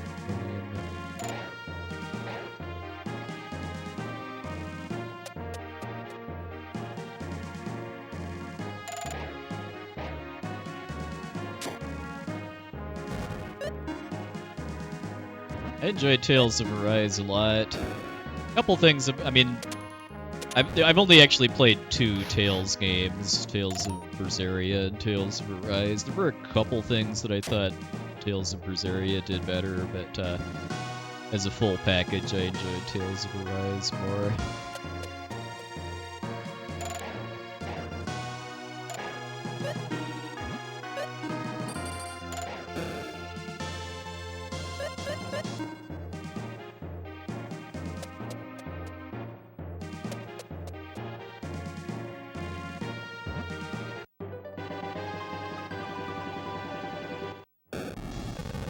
You have to let me know what you think of it, Amberly. Though if you're, I mean, I've yet to hear like a really negative thing about it. So certainly, it's not going to be soon when I get around to that. But whenever that does happen, I'm looking forward to it.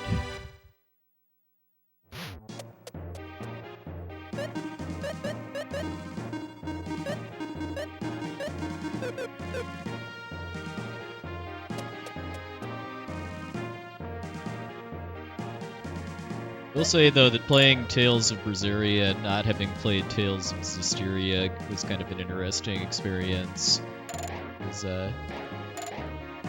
Tales of Berseria is a prequel to Tales of Zestiria, kind of like this game, and it's kind of meant to be an ironic role reversal that you go from being a cleric fighting demons to a demon fighting clerics, but not having played the first game, I just kind of viewed it as just another instance of the pretty common trope in RPGs that organized religion is bad. That it's always a tool to summon and or revive demons.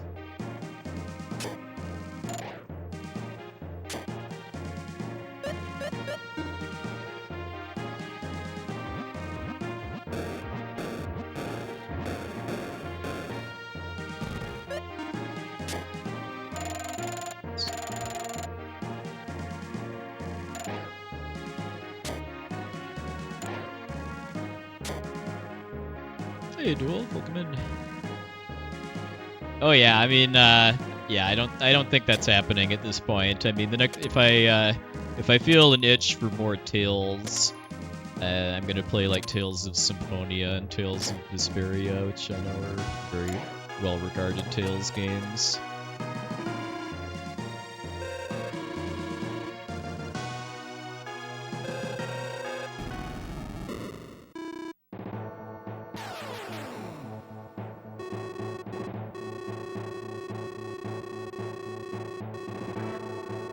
The speedrun for Tales of Zestiria has one of the most hilarious bits of movement tech I've ever seen, though, which is to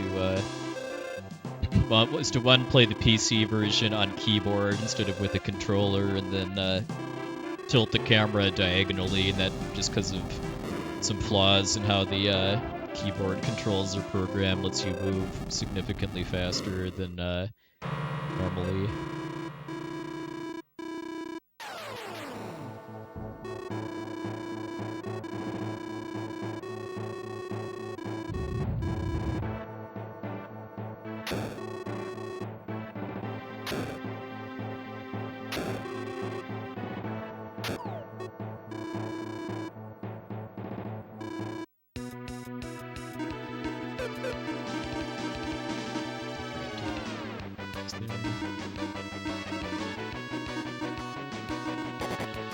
Oh, not quite enough. Hoping that would give me a really lucky break to get the IP for the...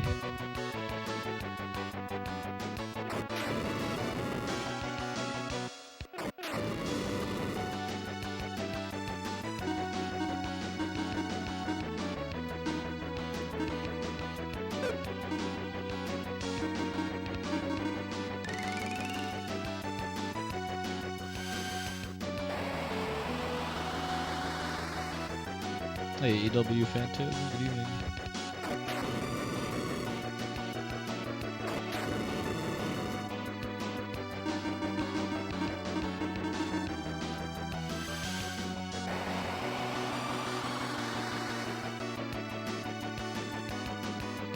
Hey, Ultimate Real, what's up?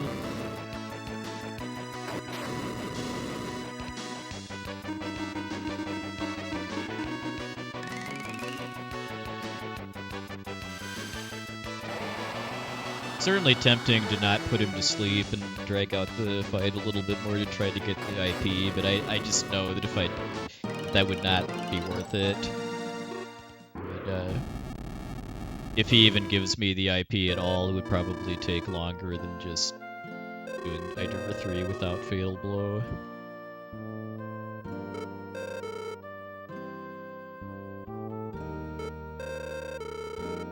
You need to beat Octopath 2 and Tears of the Kingdom, especially Octopath 2.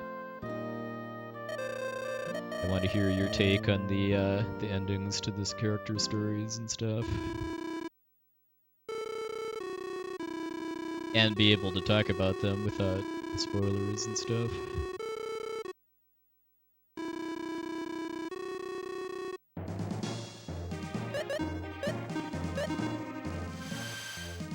Switch my words.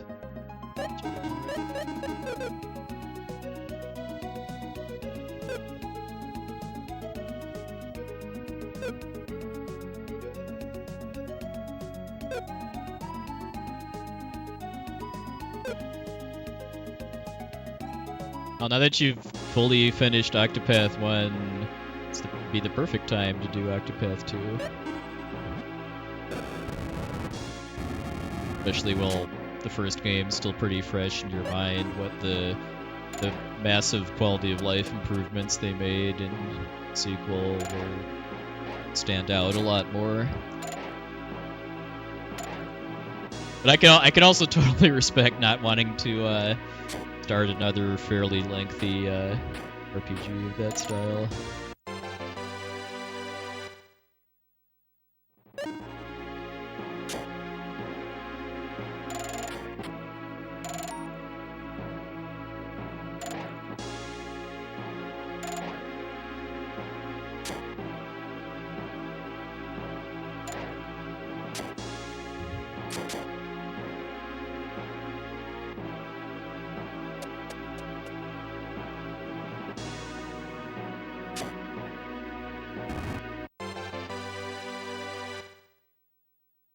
As many issues, like design-wise, as the super boss in Octopath 1 has. It is still pretty dang satisfying to finally take down.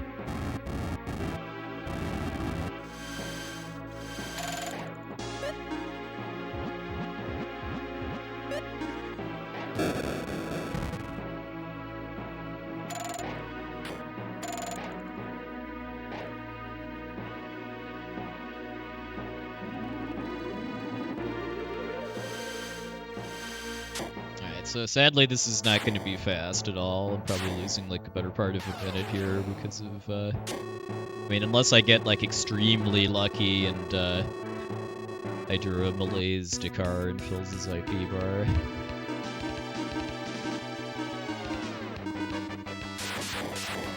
To do it.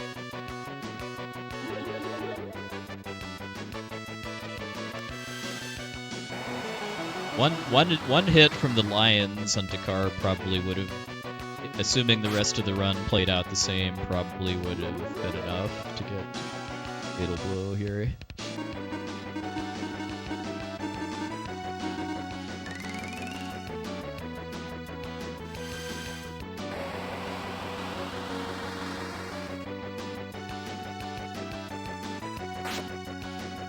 Nice crit though, that helps.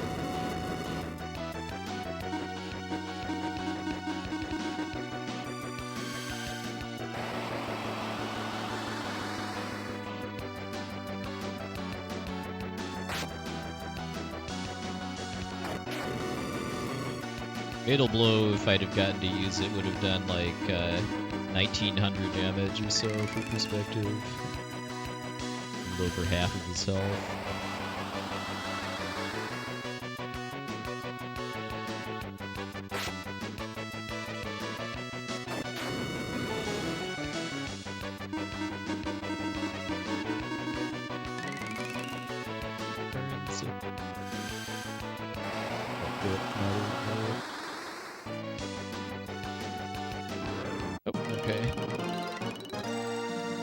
Okay. Well, I'll choose to believe that that crit made a difference there. Because I feel like in past runs, if I am not able to use Fatal Blow on Idura 3, I lose like 45 to 60 seconds.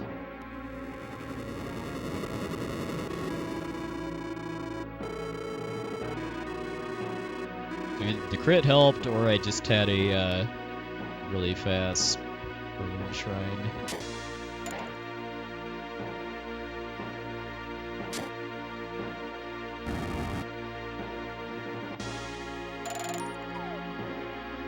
Yeah, that crit was about 300 extra damage.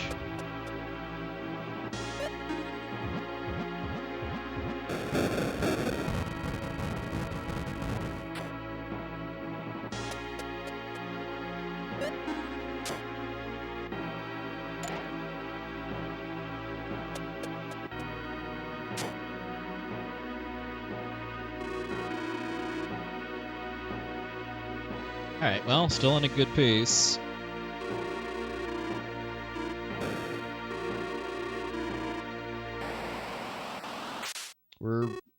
I think we're pretty rapidly approaching the end of where I, like, have meaningful time saves, though.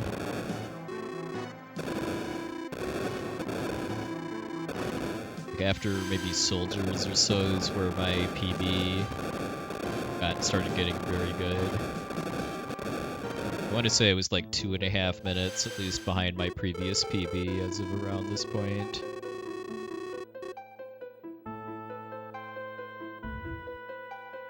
I know I wrote off the run as dead at that point, completely forgetting that my 402 something I had before this had a death to Venge Ghost.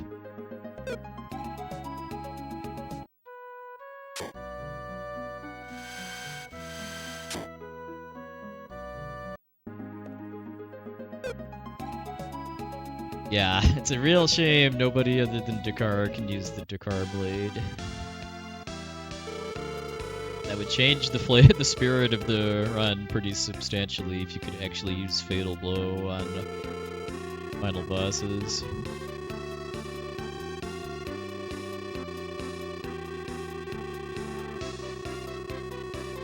Especially given that you always start each Sinistral fight with full IP. That would give you a guaranteed turn 1 Fatal Blow, assuming that mechanic still existed. Guess you just have to play Lufia II Open World Randomizer if you want to be able to Fatal Blow the Sinistrals.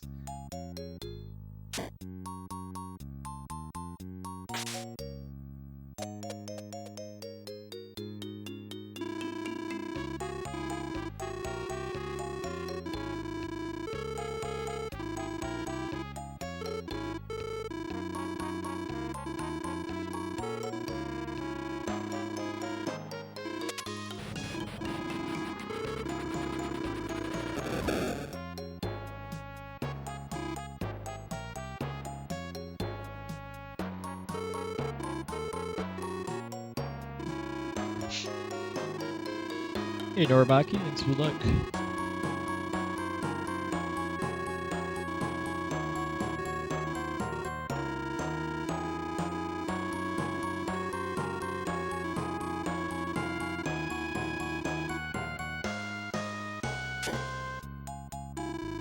Yeah, especially on not amazing video quality, I can certainly see that. Yeah, fun fact, I'm actually playing the game on composite video because my TV's S-video input. Actually, my TV actually has component and S-video inputs, but neither of those work. You folks are all getting the good stuff as far as the component video output, and I'm playing on composite, which is just good enough for my purposes.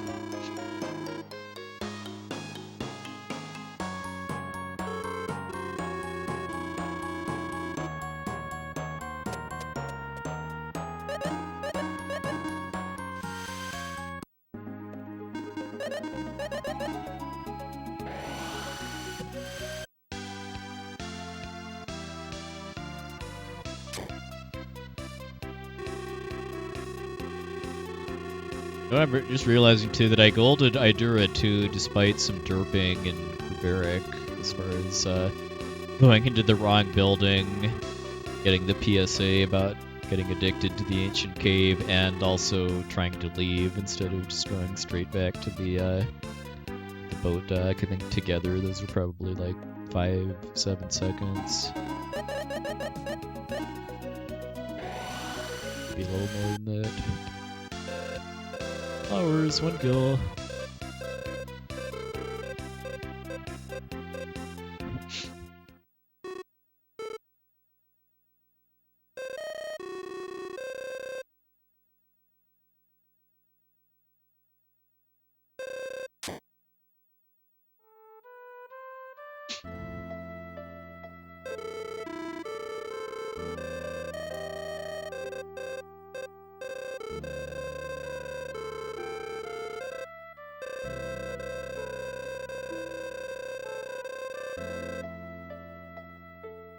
Getting back to the Ancient Tower and Katie's too, I think I'm probably undervaluing the fact that I got preemptives on all 4 required fights too, so even though I lost Maxim to a back attack and then had a terribly slow monster foot race, the fact that I got 4 preemptives, nothing to scoff at. Hey Retro JTV. Yeah, go for it, Kiba. I'm doing pretty well, hope you are as well.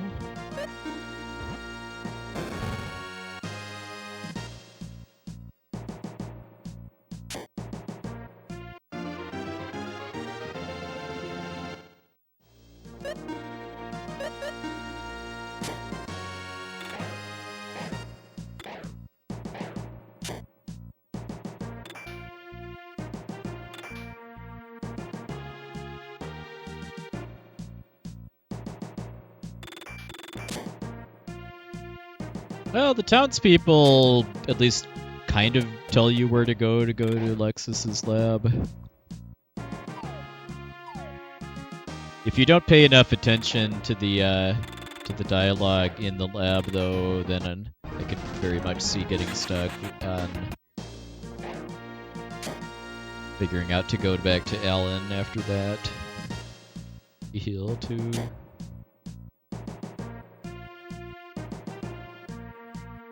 I can at least wait until I get. Well, no, I don't actually, because there's a healing tile right here. Duh.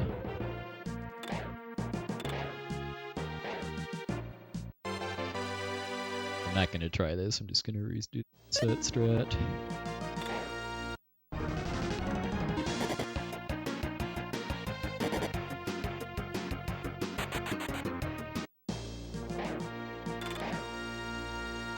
Okay, pretty nice burn sword room.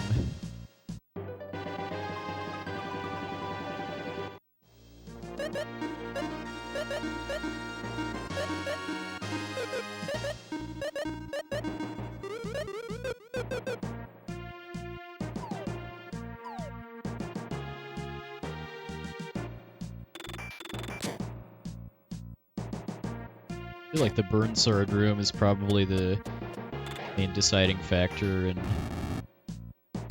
how fast or slow this dungeon is.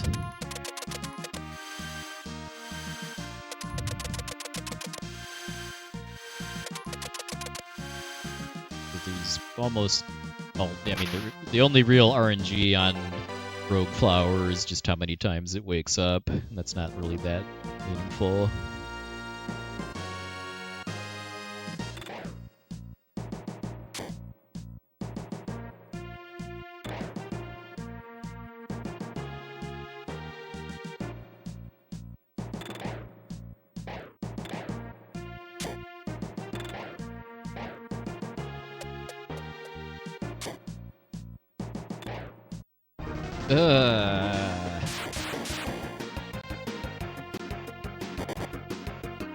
This could be bad.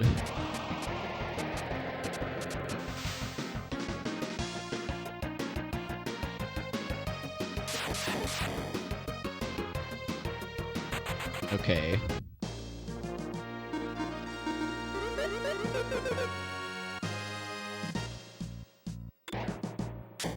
Kind of dodged a bullet there.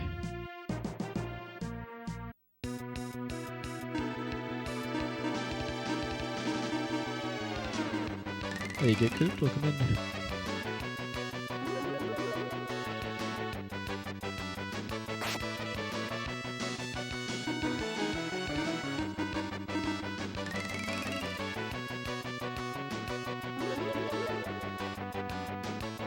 Yeah, pretty good pace. There's some pretty wacky stuff has happened in this run, but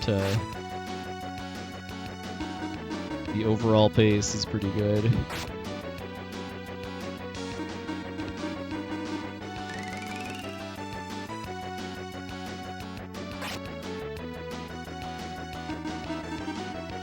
Go for a crit here.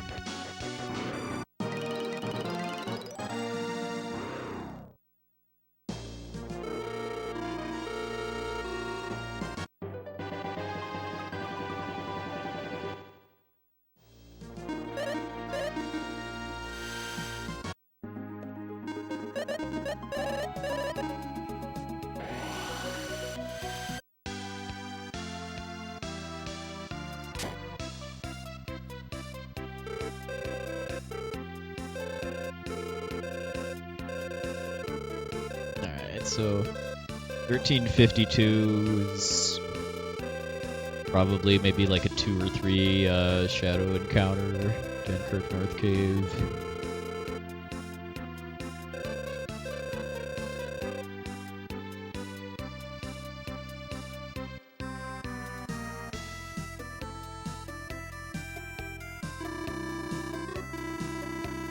But definitely could save some time here. Hey Loveless, welcome in.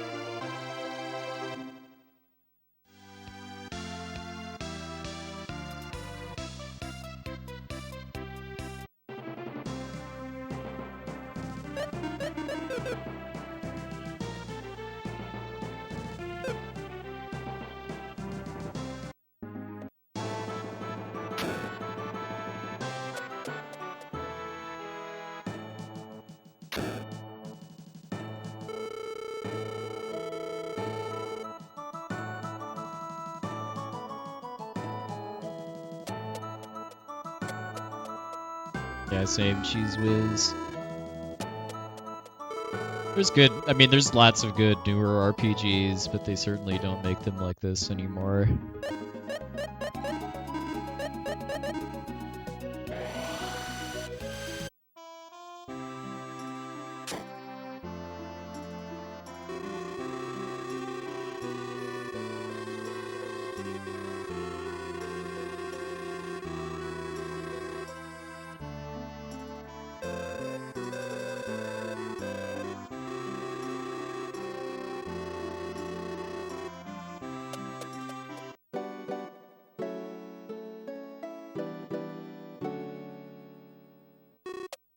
Yeah.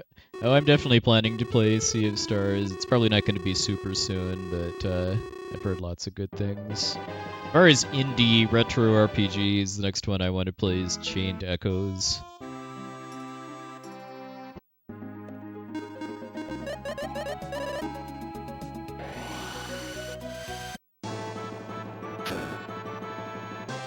I actually couched for a speedrun of that at SGDQ this year without having played it, and I mean, watching the speedrun didn't really spoil that much for me because it was heavily glitched, but what I did see looked very good.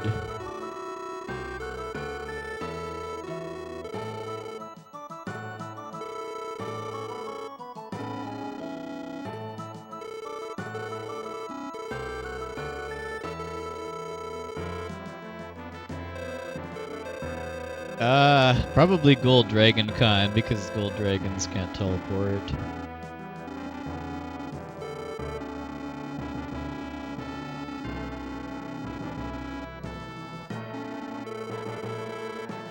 If we're talking Ancient Cave, I mean, I know if you have deadly weapons, I think Gold Dragons are not quite as dangerous as Dark Summoners, just because of being in smaller groups.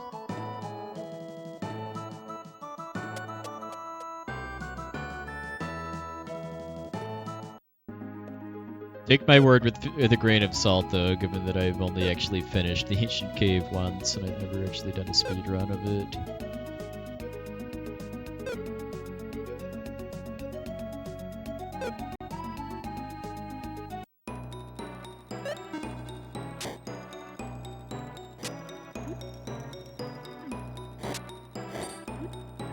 Alright, Crab cooperated pretty well.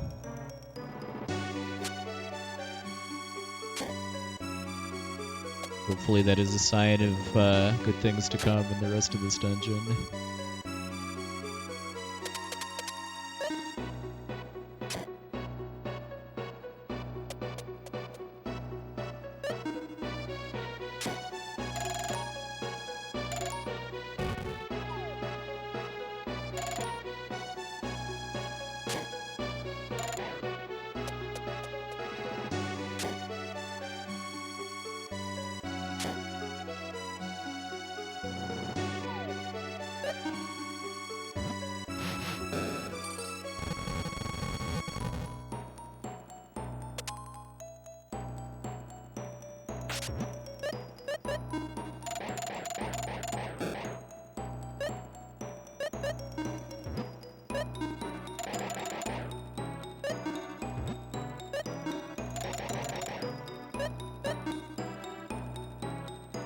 Kind of a jank approach to that room, but whatever works.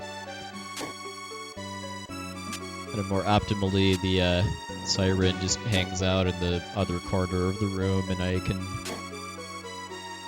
set off bomb chains to save some steps.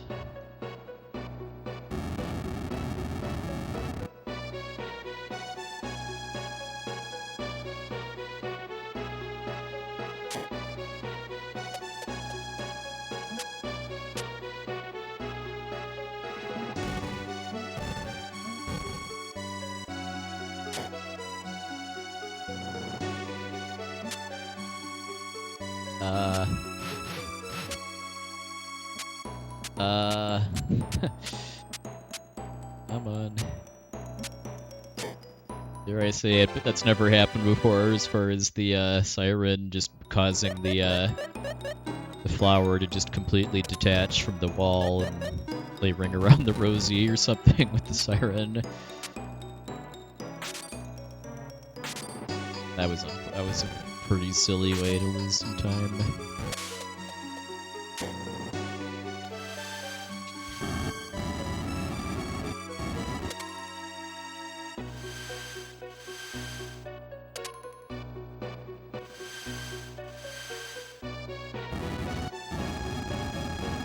I feel like this run almost has to PB at this point now, just so that I have to highlight it and preserve all of the weird jank stuff that's happened.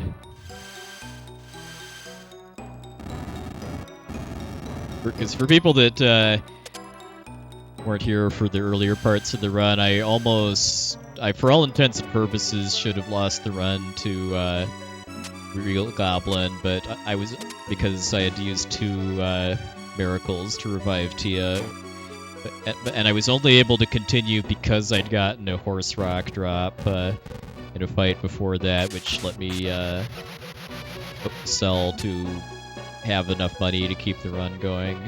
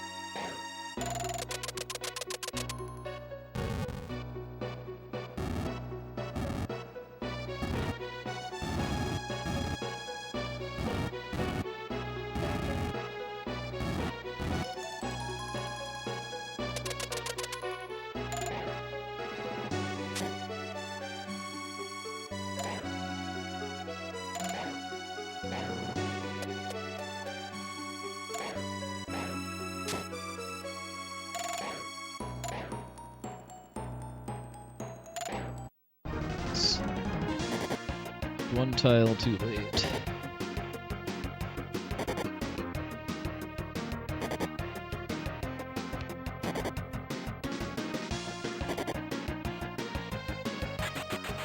Things get billions of attacks, apparently.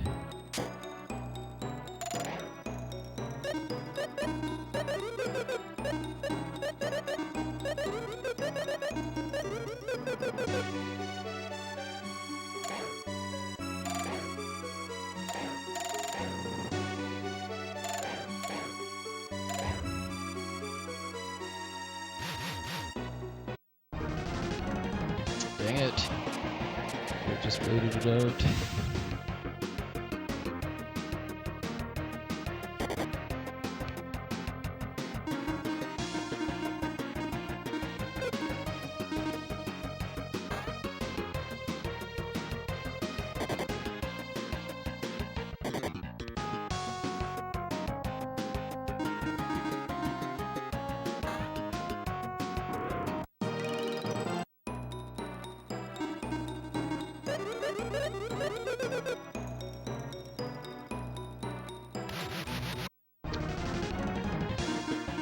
Preempt at least. So was hoping this would only be a one fight bridge. The top one give me the bad pattern.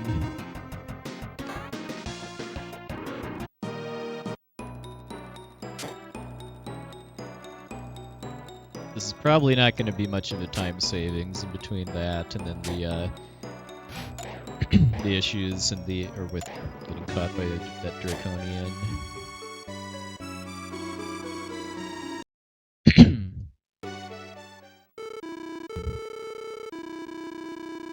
But that might help if I muted the mic instead of the game before having to clear my throat.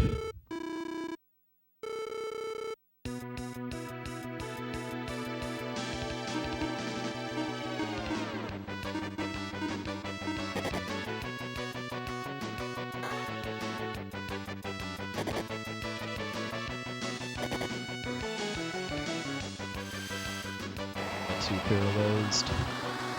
Hey, Billy Prisma. Still be a sub 13. Well, okay, saved a minute. I think that was quite good enough of a dungeon to get sub 13 segment time, but apparently it was, despite bad Draconian encounter and a ambush by shadows.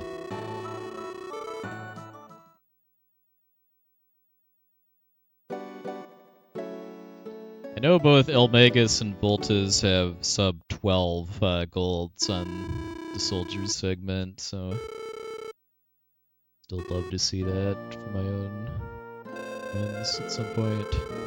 Even if that, that would require a lot of really good things to go my way. And you know what? That was with those shenanigans with the flower and the siren too. It was still a sub 13 at least.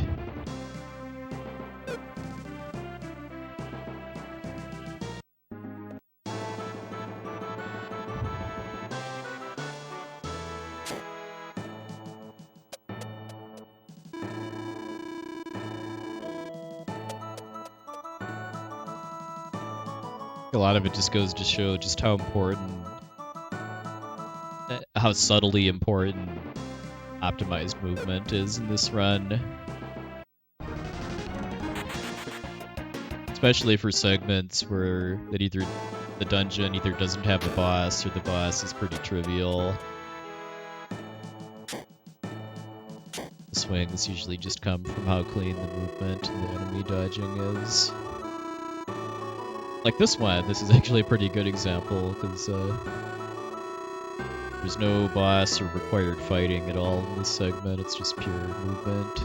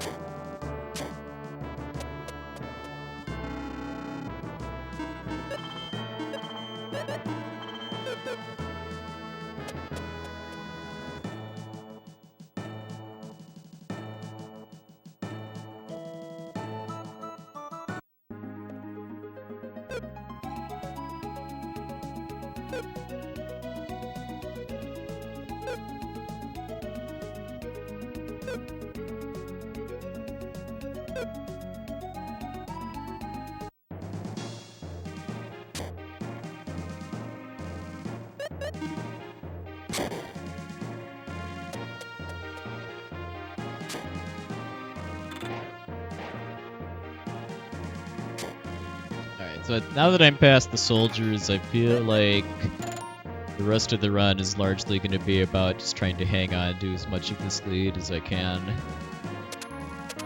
I think I'm more or less past the significant time save opportunities I have against my PB.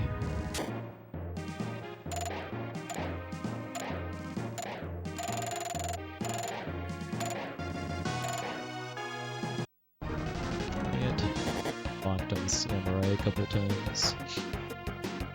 Well, can already confirm we're not saving time here because I'm up against a gold.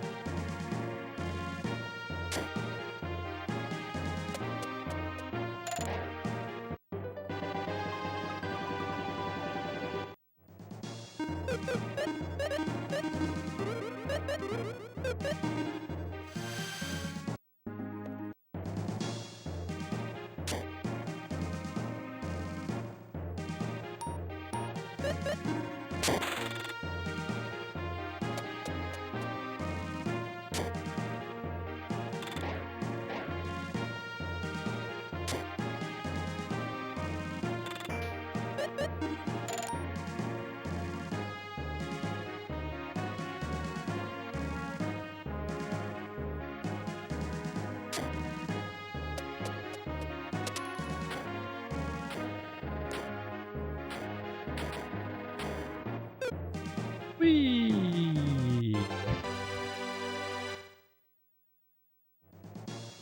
Mind me.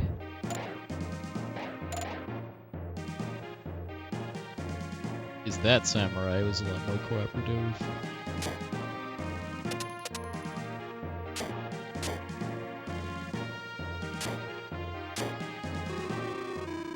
Alright, so probably looking at maybe about plus 25 to 35 or so, I would have to guess.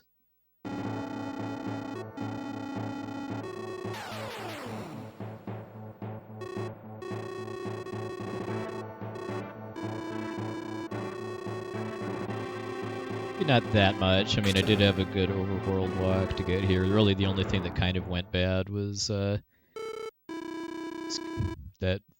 second ninja room.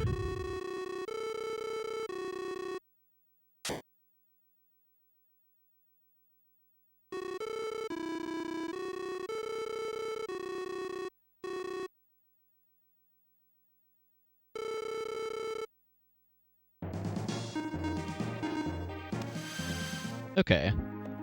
Not that bad, actually. Yeah, the hover glitch in that room only really saves time if you're going for one or both of the chests in there. If you're just going straight to the end, I think it's debatable if doing that glitch actually saves time over just taking the intended route. But if you're going for chests, then it's absolutely faster.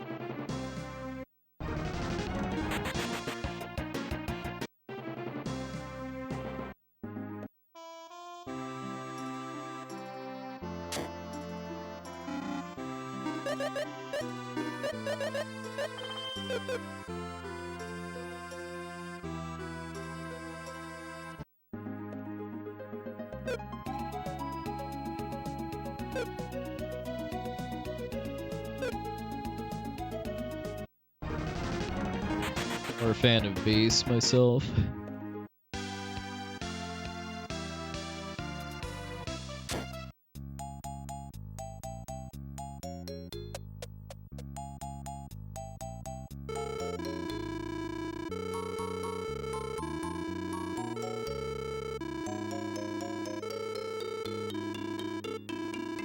I'm not gonna save before gargoyles, because if I die to gargoyles, then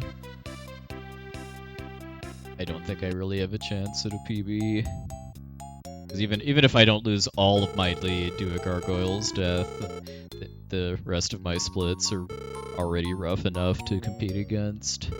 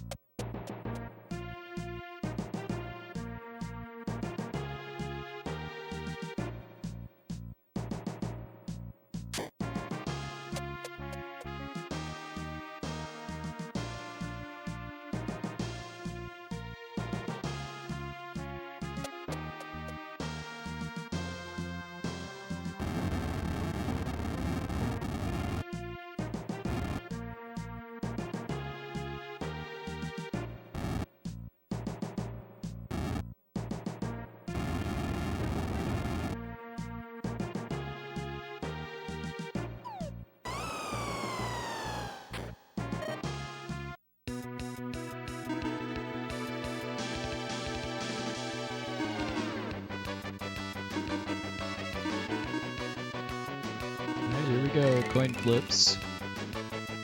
That's good. That's even better.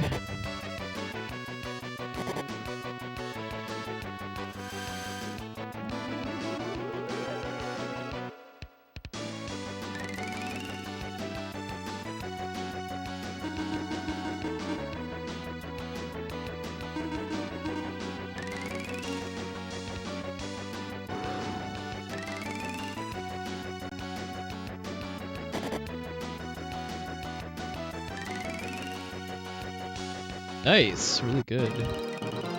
Counter goal pretty much exclusively, I think, because of not saving before coming here.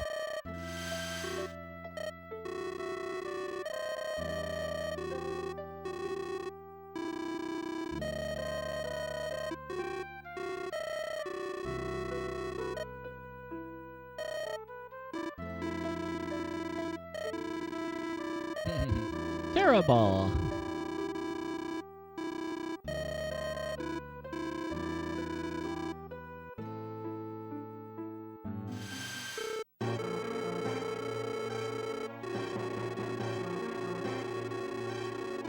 Hey, blind umpire, it's weird.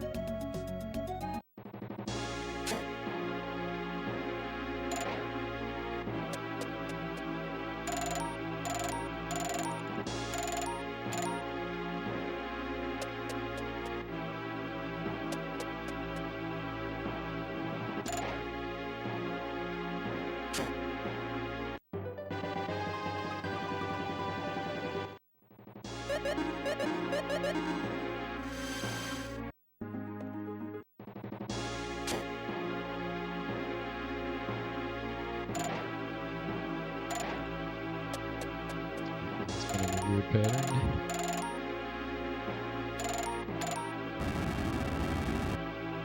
Pretty rare for one of them to go to the east side of the room like that.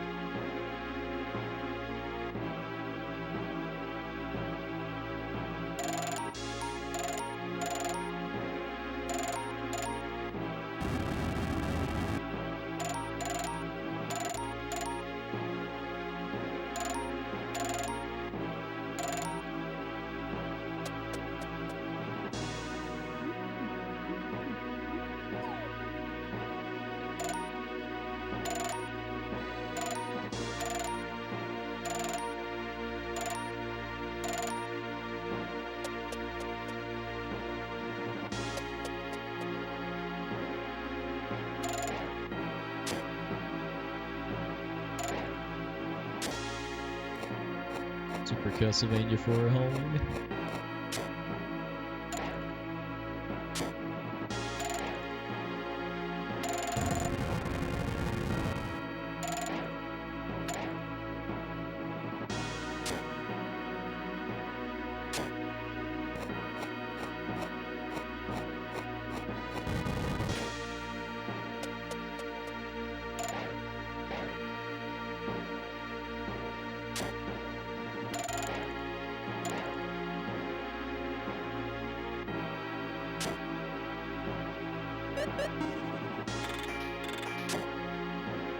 Alright, pretty clean Divine Shrine, if I may say so.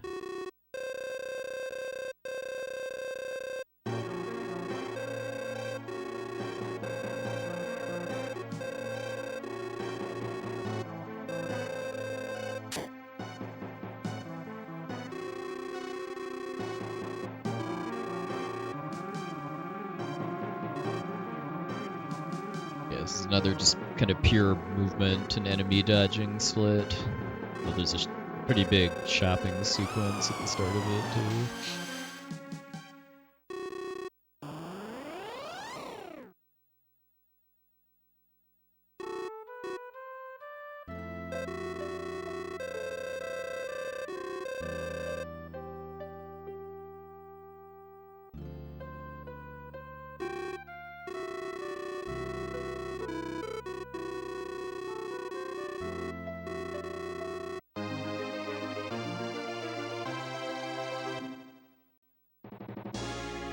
Nope, nope, nope, not yet.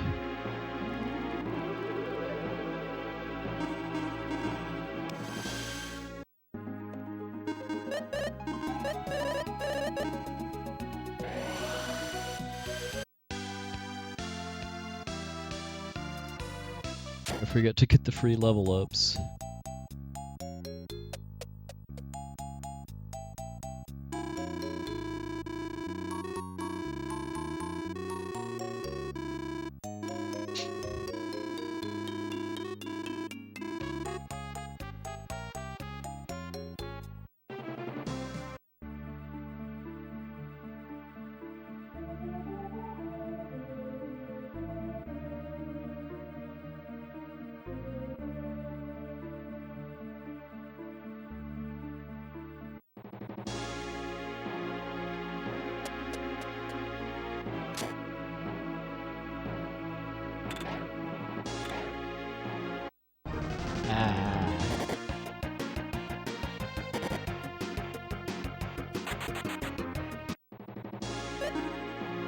this room. I've seen enough weird shenanigans happen when an enemy teleports directly on top of me where I can't, my hammer just clips right through it if I try to stun it.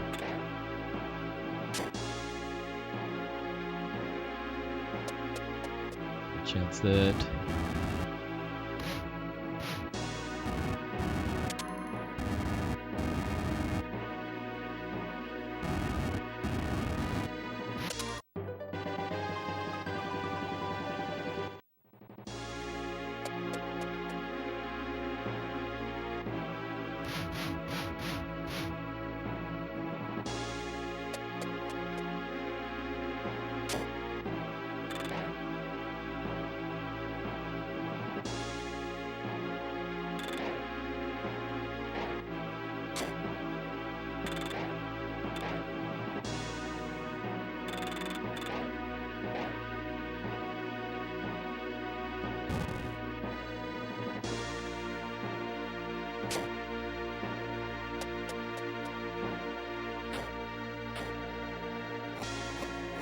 Oh, nice, see Durensky. Glad to hear you're enjoying some good video games.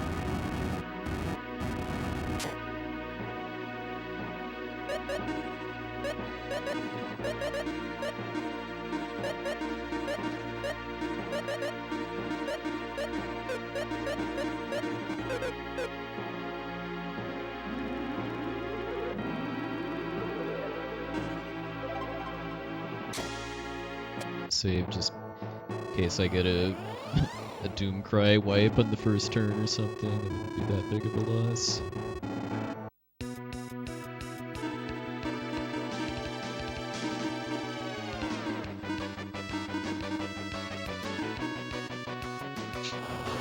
Don't kill Salon, please.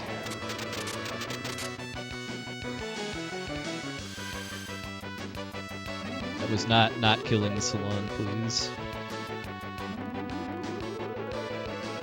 It's not even, yeah, it comes down to a damage roll too.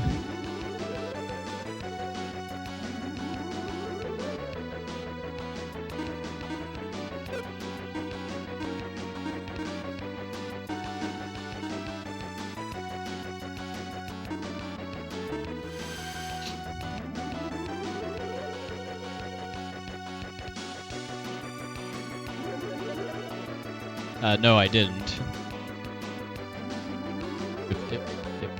If Salon doesn't die, then this is a one-turn fight.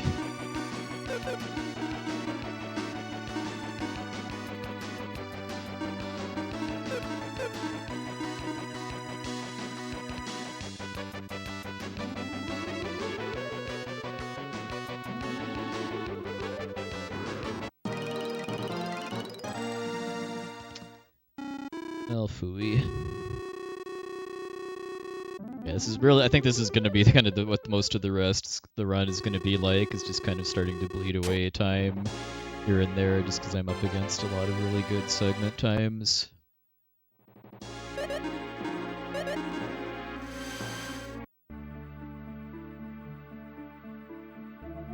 Just kind of try to cling to what I can until the finish line.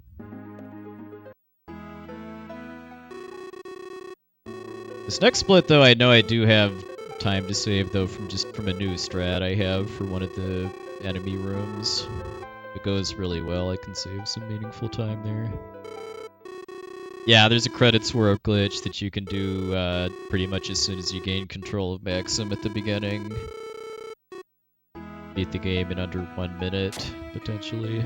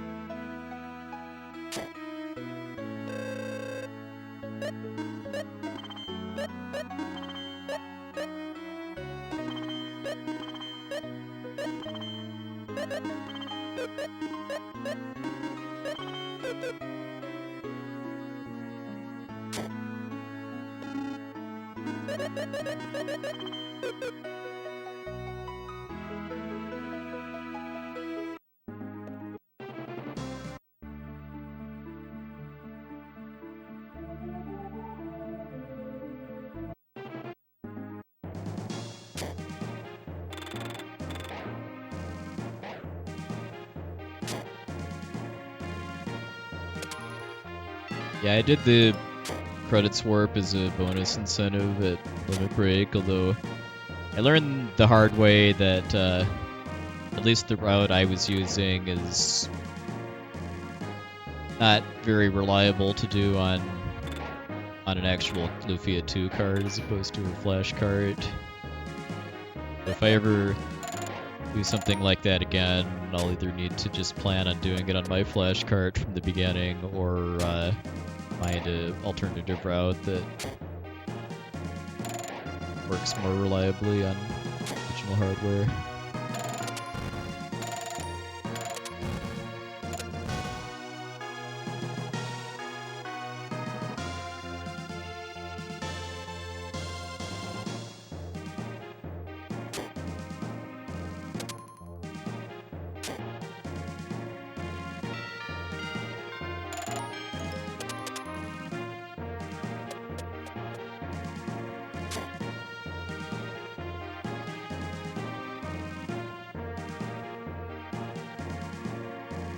Right. Dancing with Birds, the jerk variety.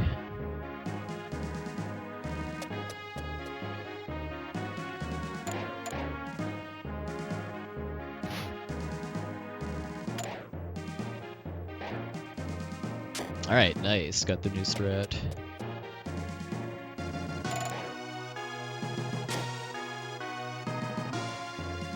It's based around going up and right instead of right and up, and then doing some kind of subtle manip of, well, not really manip, but just kind of waiting for the Cyclops on top to be facing away from me before sneaking in, so that it stays in place and doesn't like move to block off my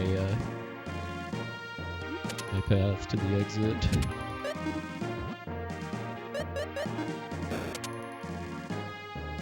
I may have put a somewhat silly amount of work into trying to optimize that one room, but I'm glad it's paying off.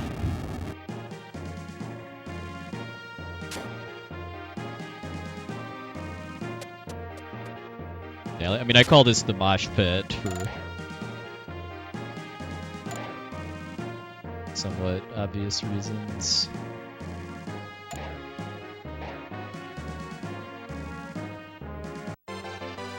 Hey, Monkey, welcome in.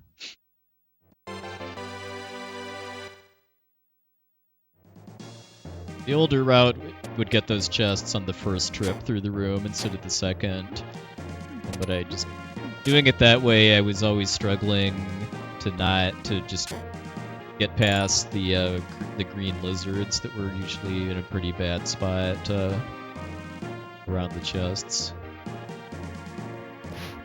After a bit of lab work, found that getting the chests on the return trip is a lot better.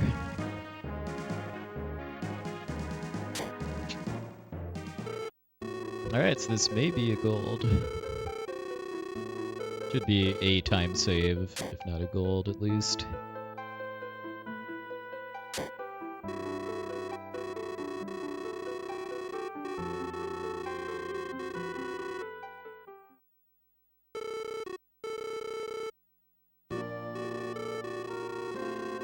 I was watching my limit break run back the other day too, and I think I tried for that newer strat in my limit break run, but it went very slowly, and that was because I hadn't yet figured out that I need to wait for the Cyclops to face away to give myself a really clean route through the room.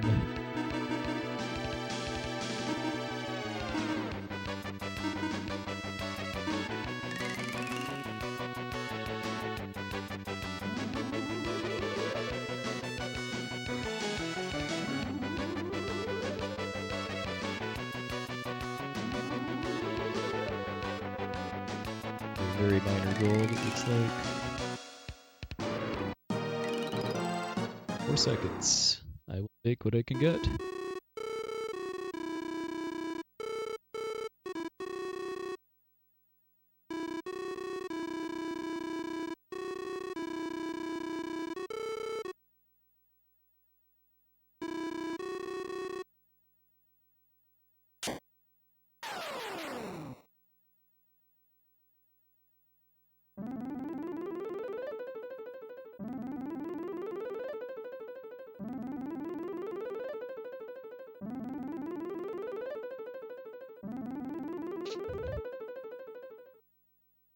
I have not. I've heard really good things about it, and I'm planning to play it at some point, but I'm either going to wait for the physical release or for a nice sale price.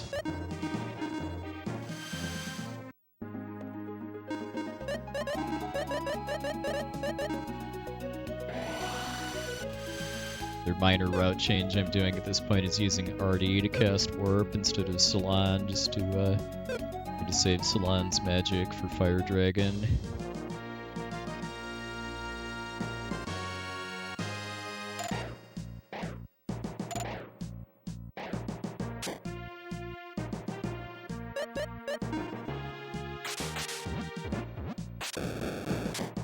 So even though I'm skipping the Sonic Ring now, I'm still going to at least go through this way so I don't have to deal with dodging that dragon the other way.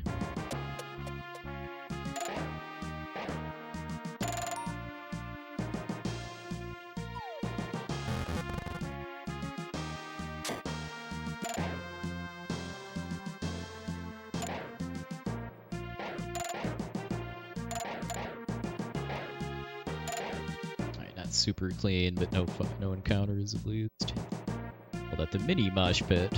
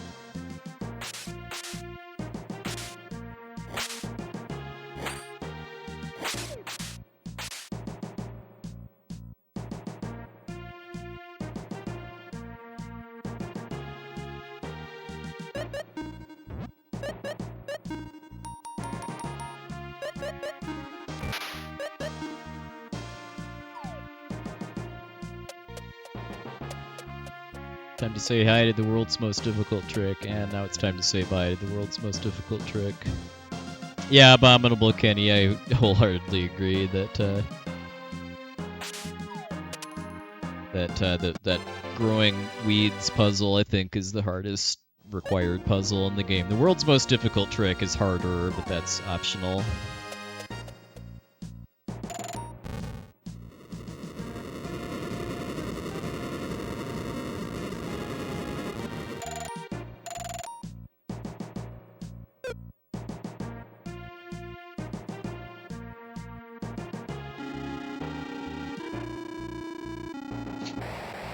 Let's see how this goes.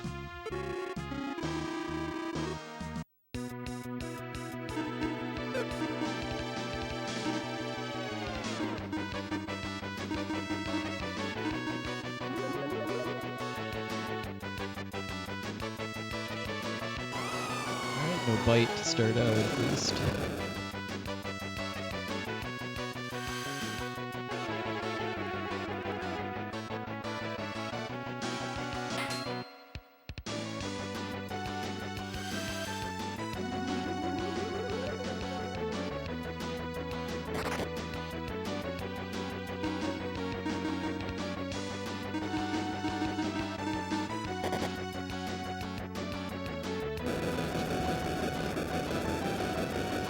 Any turn that it does something other than bite me is a good turn.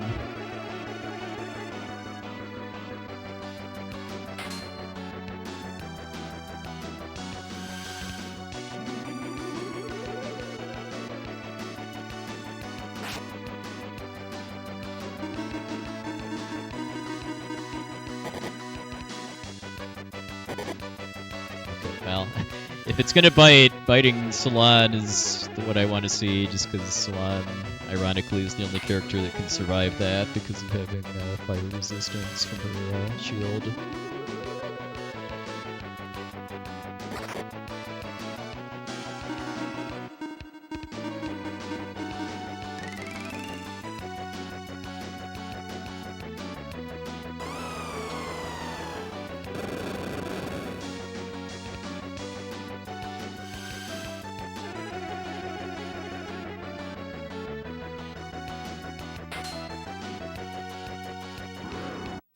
Alright, not bad. Another gold. It could have been a little faster if I'd have gotten like another Deadly Smash off, but I'll happily take that. I mean, really all that could have gone better was getting in like another Incendiary instead of the bite. Even though the bite didn't kill anybody, it still meant I didn't get IP.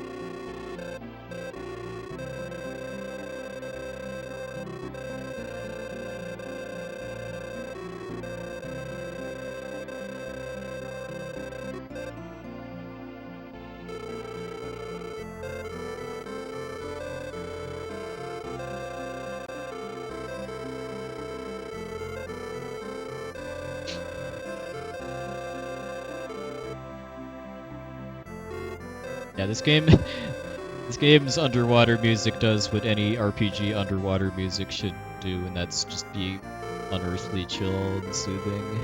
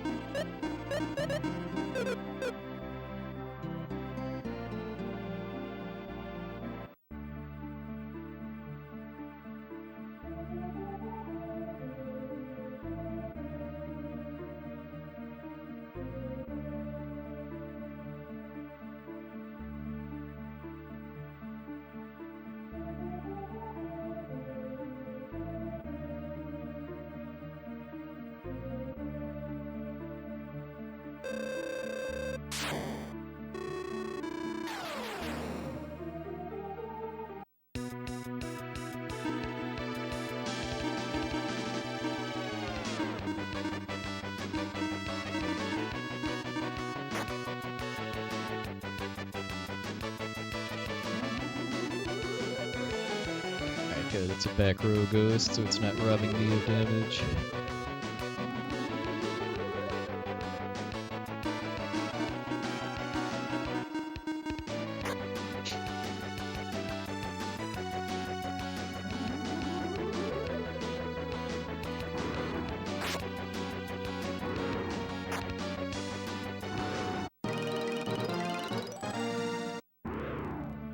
Well, gold by frames. It looks like it was less than a second.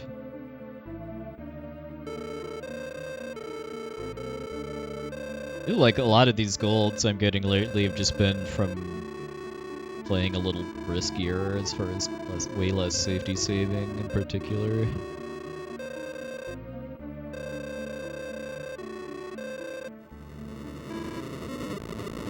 I don't know if my PB saved before Ghost Ship, but I know a lot of runs I have.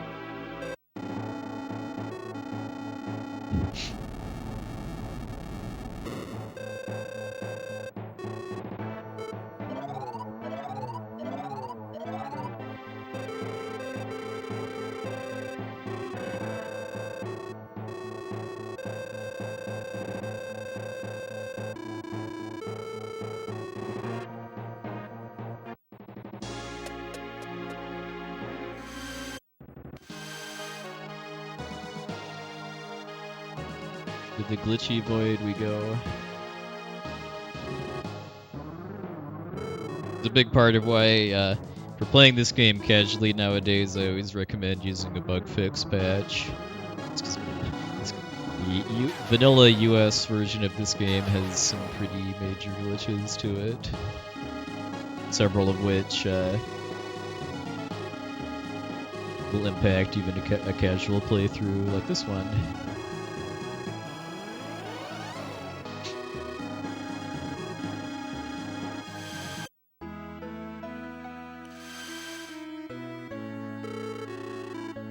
Just further proof, though, that the US version QA testers never made it past the Ancient Cave. And never beat the Ancient Cave either, because they never saw that the Jelly's floor was glitched out.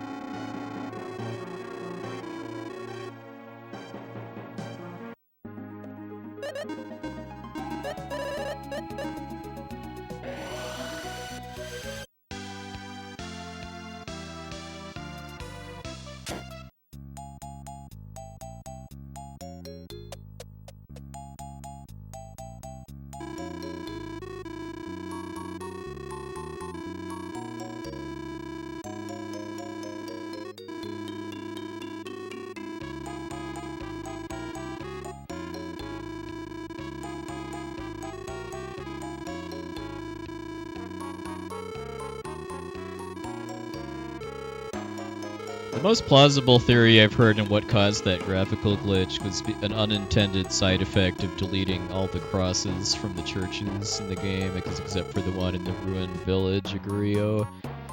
And maybe they did that after they QA'd it. Like, oh crap, there's religious references in this game and we can't have that, so... Minor code change that's just intended to delete crosses and ends up deleting the tile set for Dual Blade Shrine and the Jellies Flora too.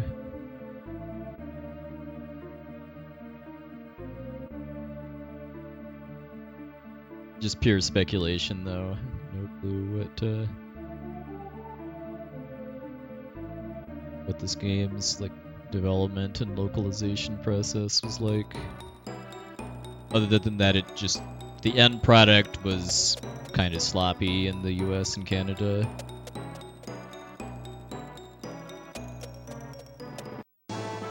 Apostrophe 3 White Kingdom, by the way, the glitchy goodness keeps on giving. Ah, cool, yeah.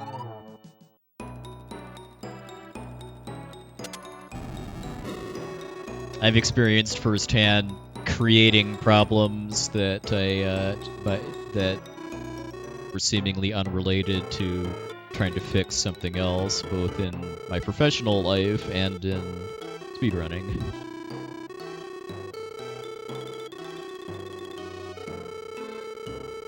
Hey, Morningcraft, yeah, this game, I mean, there's so many bangers on this game's soundtrack, and both of the boss themes are definitely among them. As a kid, I was only really about the Sinistral boss theme, but as an adult, the normal boss theme has grown on me a lot, too.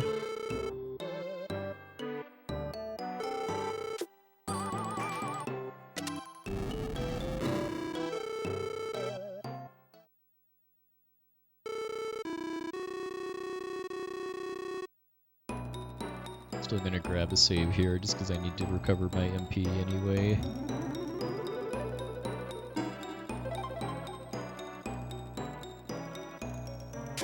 Could be a blow up in this place if I get a bad encounter.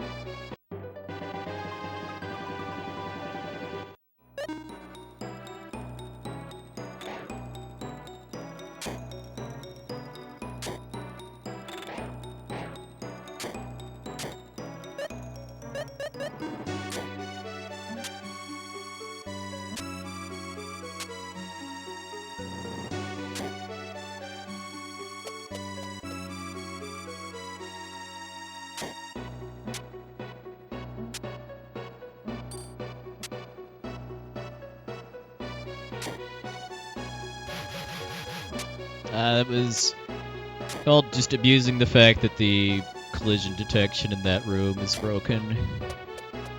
This isn't a glitchless run, it's no major glitches, so glitches to skip like segments of dungeons or individual rooms are allowed.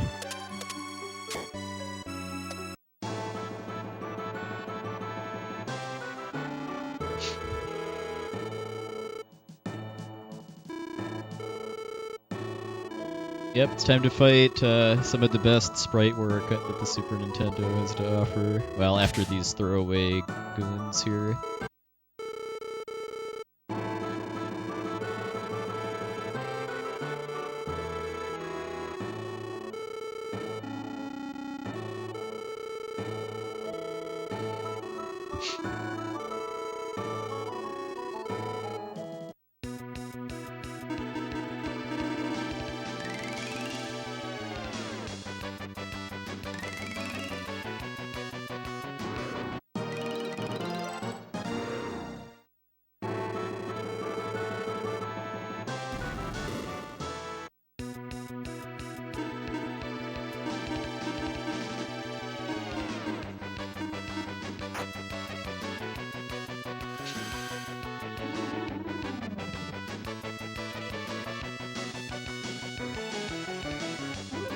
Start.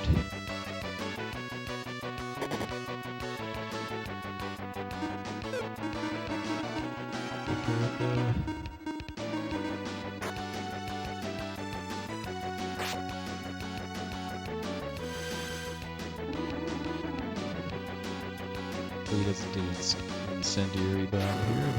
This is probably gonna kill Maxim.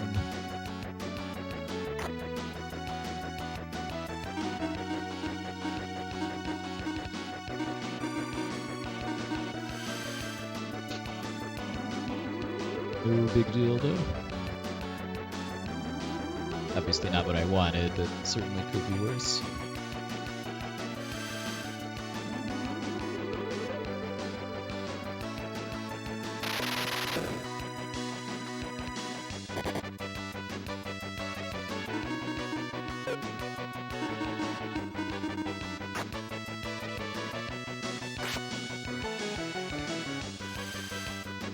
I've always had a day job. Streaming and playing games has always been a hobby for me.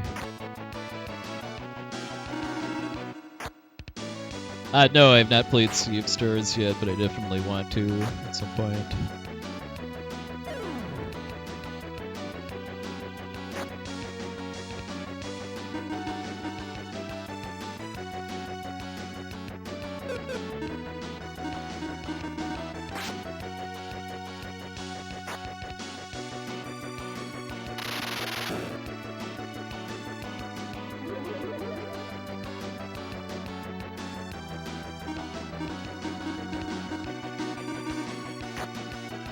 Yeah, that's certainly been the hottest question of the stream.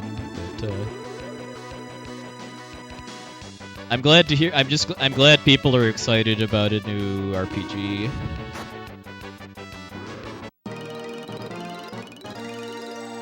Wow, that was only 5 seconds off gold, despite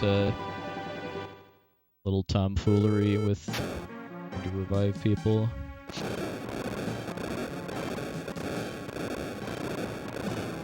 Yeah, I feel like it's well over 10 at this point. Somewhere between 10 and 15, I think, as far as the number of people that have asked me about Sea of Stars. Right.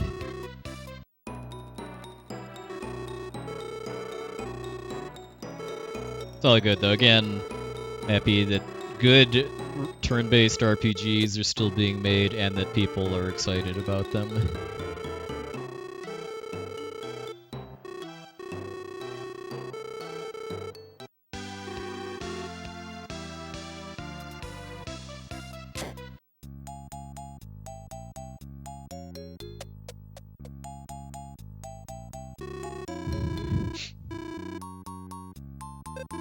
Yeah, we're resetting the counter tonight. Where's the Sea of Stars question counter? Felt like that tank fight was pretty lucky as far as the number of turns where I just was barely able to squeeze out a IP attack from Guy. Like he just barely had enough IP to do it.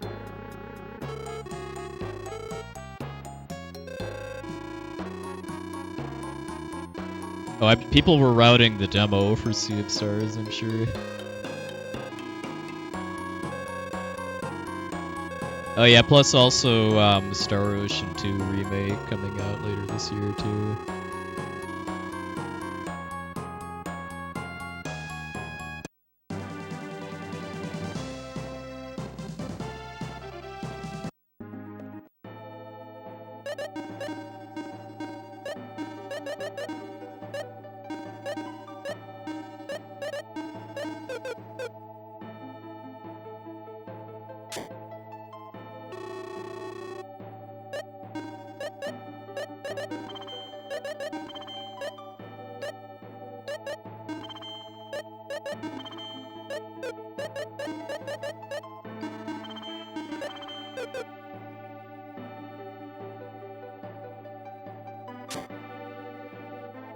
Yeah, I saw they already posted the anime intro for it, and it is.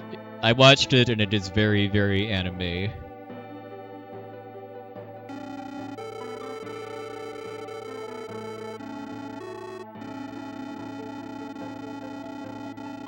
Which makes me mildly curious if it's going to be like Tales of Arise, where some of the cutscenes are full-on anime style, instead of either rendered in the game engine or CGI.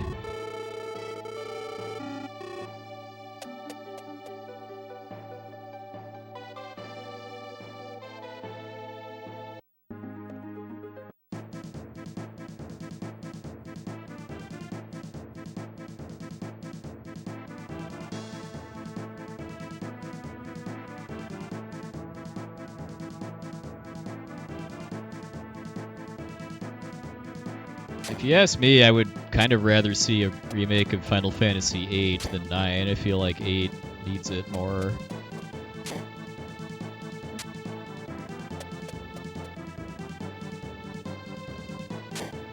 But I know FF9 remake is the hot, unconfirmed rumor on the street.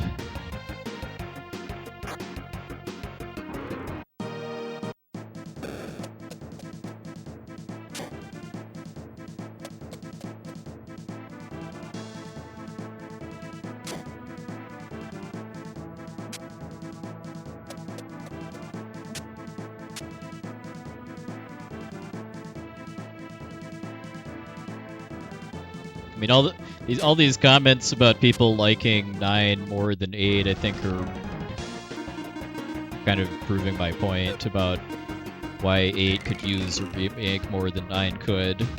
It has more issues in the original game that could potentially be fixed in a remake.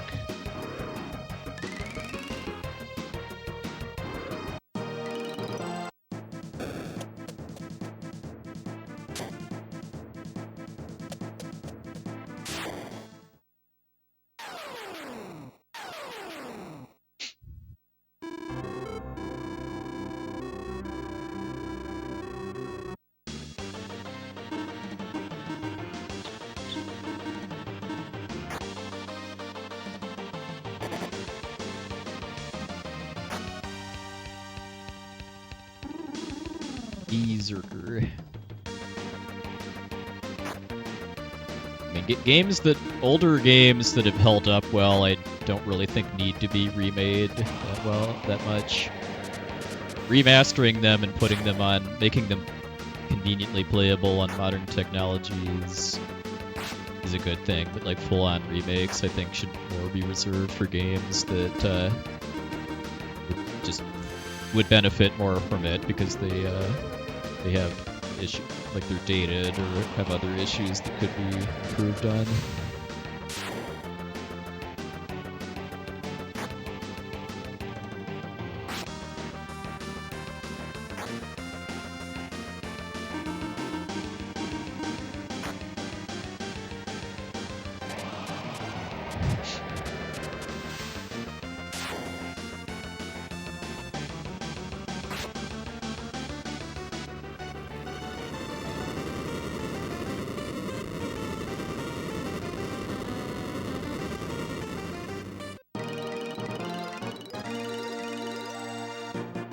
Second gold, if even that. We take those.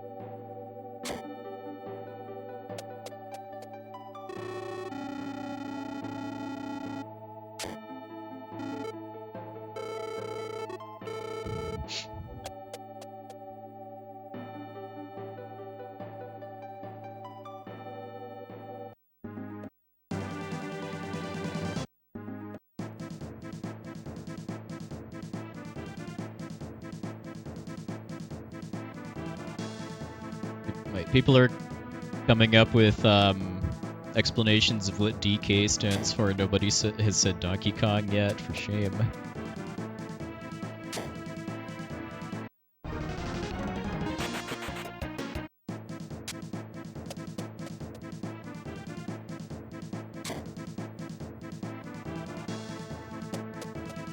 Hey, Rivers, thank you, sir.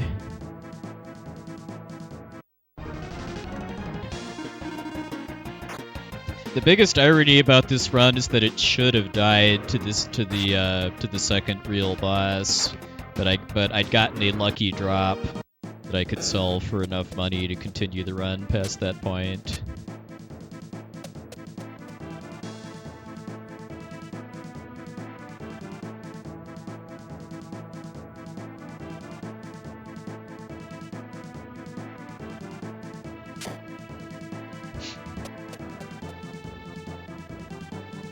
Now a horse rock.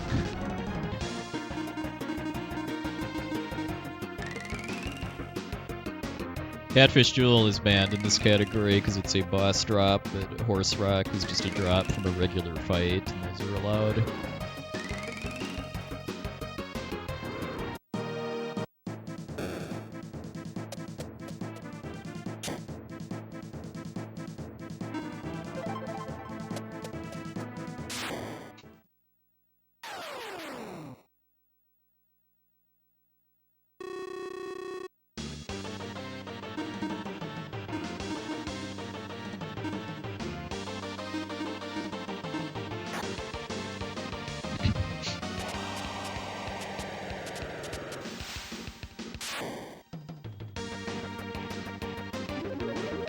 The shriek queued up.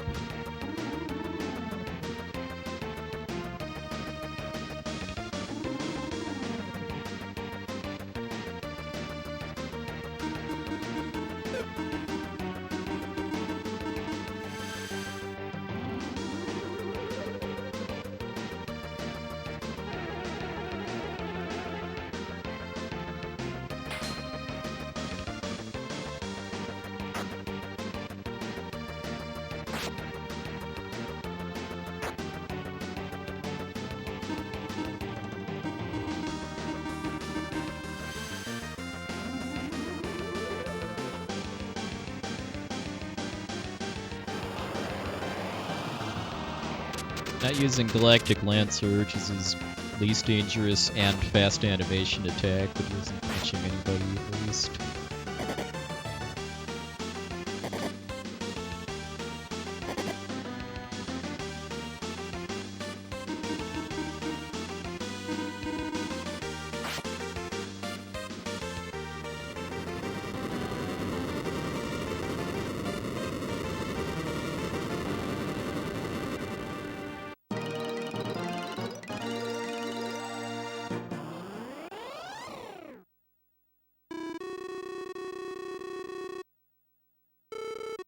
Hey, Rudderstorm, welcome in.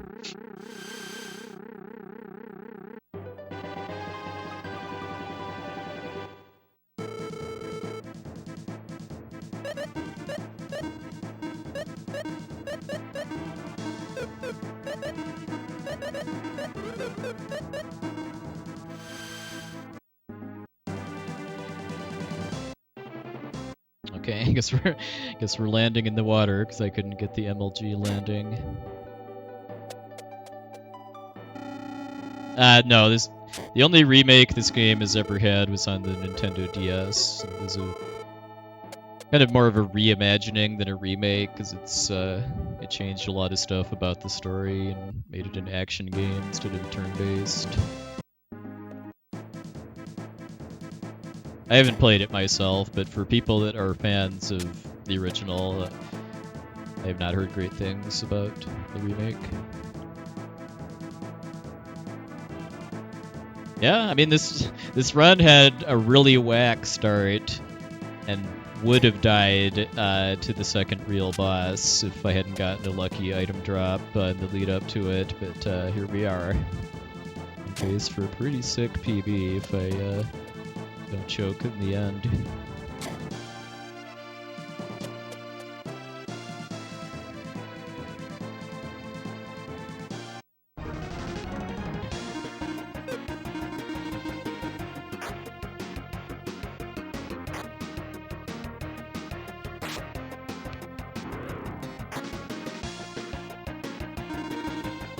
No, I have not played Sea of Stars yet, but I definitely want to at some point.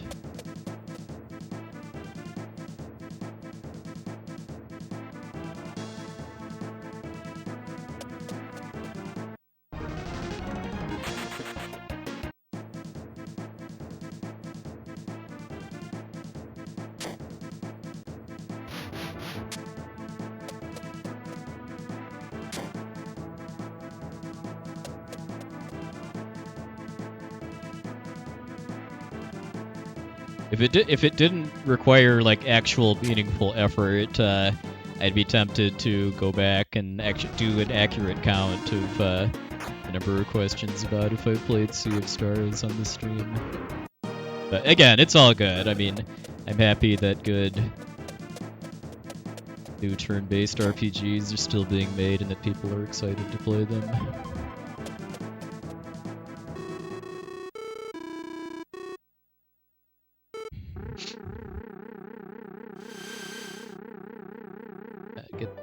Not get an old sword or Gorgon drop, so we're doing straight standard Sinistral strats.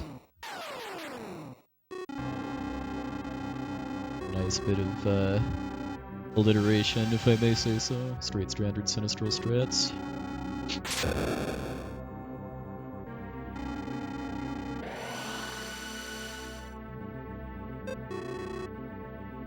Alright, later Billy Quizboy, thanks for stopping by.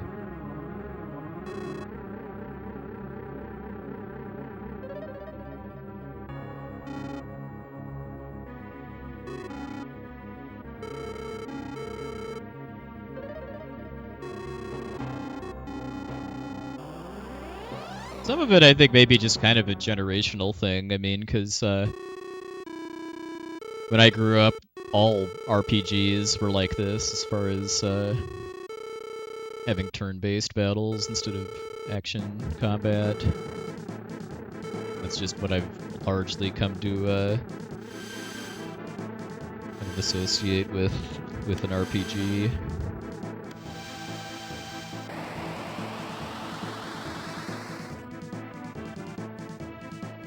Yeah, I mean, yeah, there were, I mean, I played all of those games you just mentioned as a kid, too. But I played a lot more turn-based RPGs than action RPGs. Pretty much all of the RPGs I played on PC were also turn-based, like the Dungeons & Dragons Gold Box games, which I played a handful. Those were kind of tactical turn-based style games.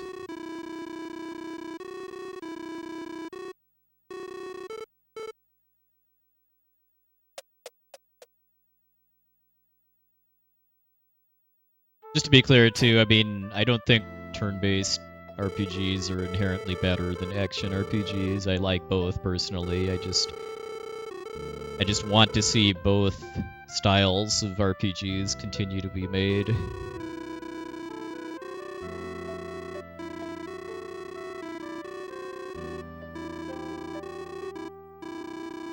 That is fair. I wonder if that's a big part of why there's so much hype for Sea of Stars, too, is that from what I've seen, at least, it looks like it's got a fairly modern looking art style as opposed to pixel art. I don't know, I could be totally wrong. Because I want to play the game myself eventually, I've not been really watching much as far as streams or videos of it.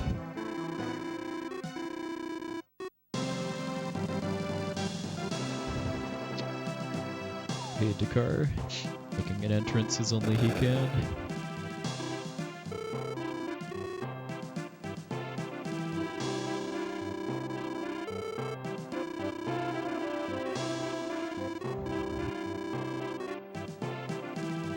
Very, very, very slowly, assuming you're talking about the Soul Blazer version of Solid Arm instead of the Illusion of Gaia version. Doing that fight the quote-unquote intended way, I think, is mostly just baiting it back and forth across the top, sneaking in a few hits, and then repeating. Doing the speedrun quick kill with poking it is basically impossible without a medical herb, even if you level up more. Although, well, if you level up more and get the armor upgrade in the first world that the speedrun skips, maybe it might be barely possible to kill Solid Arm without a medical herb using the speedrun quick kill strat. Thanks, Presto.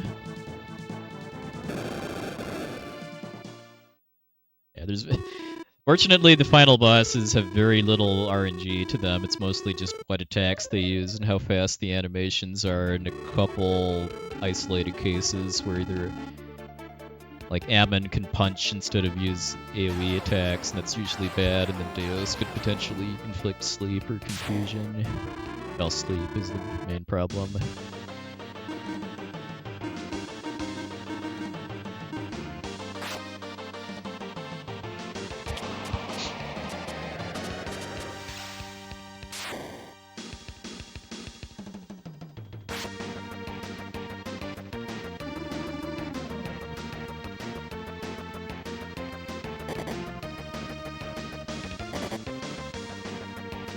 That crit does the same damage as the non-crit.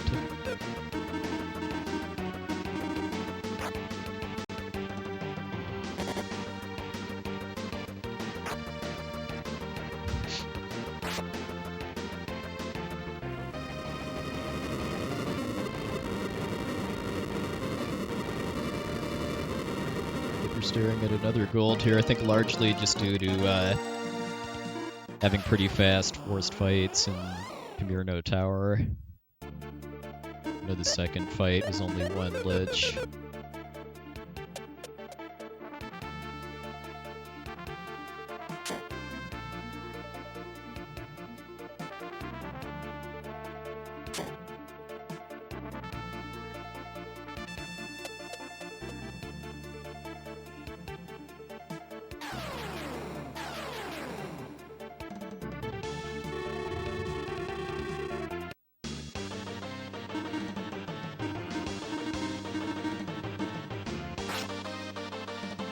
Yeah, I could get all the miracles just to make sure it all works out. Kind of silly that that's literally the only treasure in the final dungeon is miracles.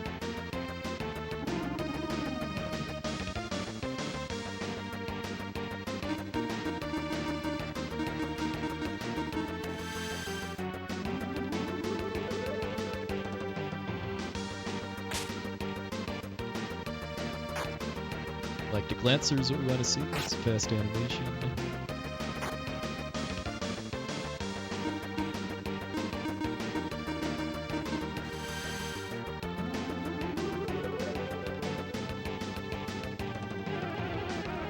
Alright, good. Didn't punch anybody.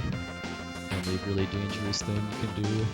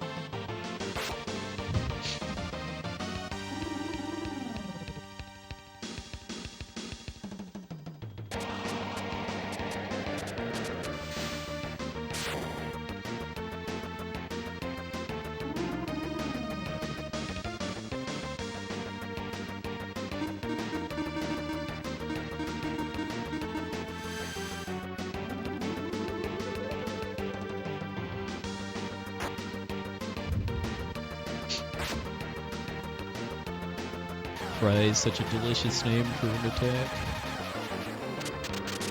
Decided dark fries with that.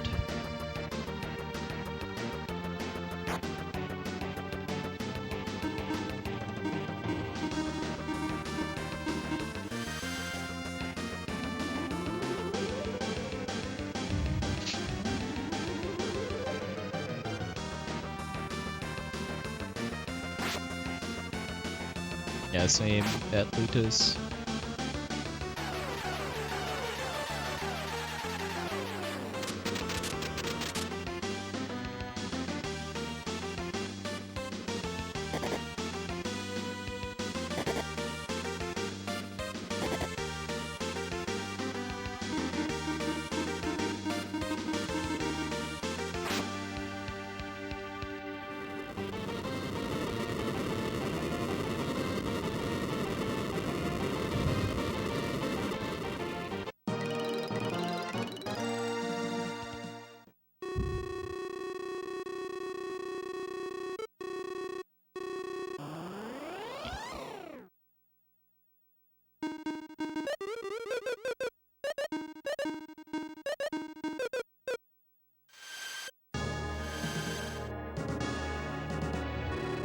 Alright, last meaningful bit of RNG here is if Maxim gets slept or not on this fight.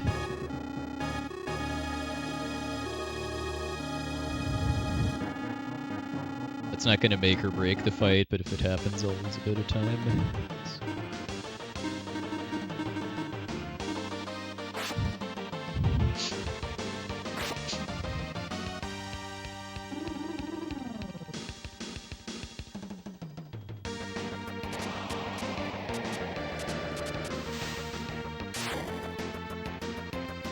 Alright, good.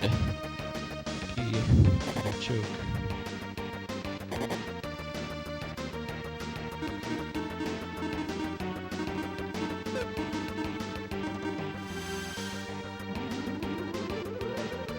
Should have used Holy with Sulan.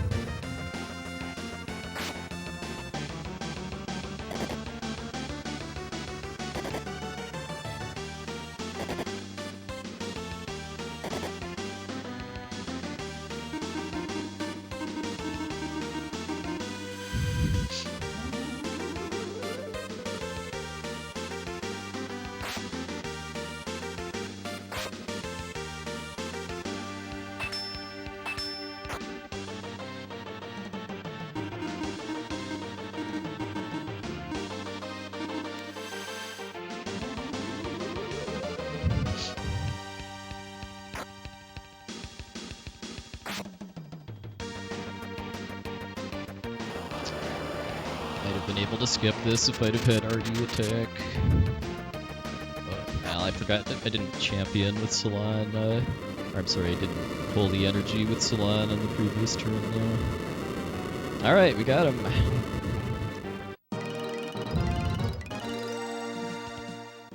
Alright, so this should be a 355.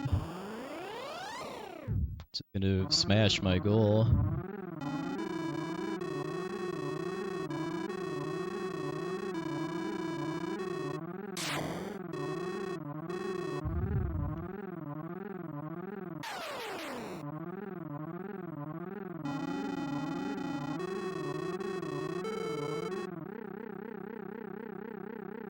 Little hoochies!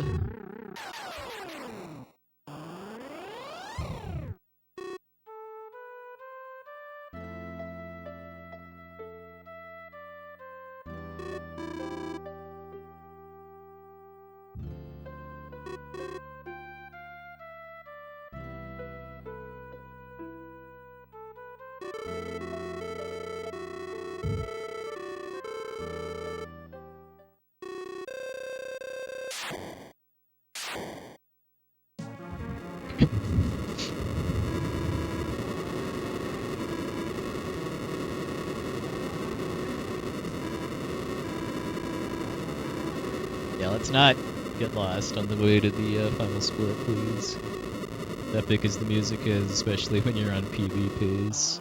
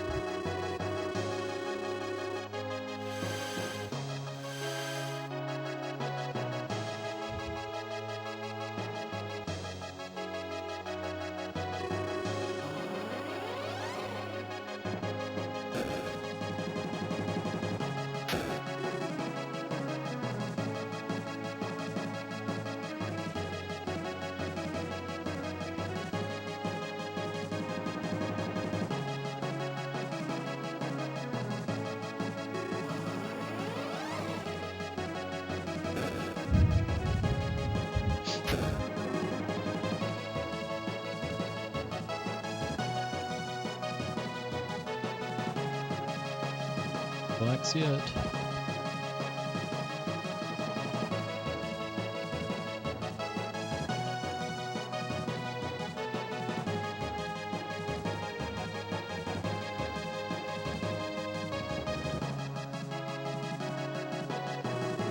Oh, wow, this is gonna be 354. Jeez, nice. All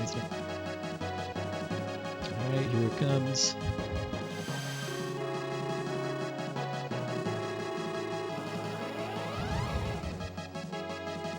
Bang!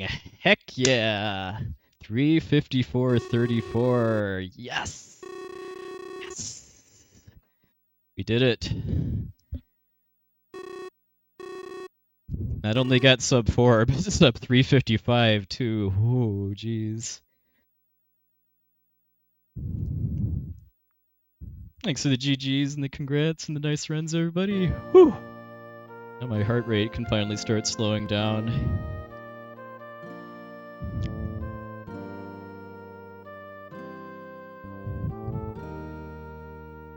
Only like 3-ish minutes off the record too. I know the record's some kind of 351.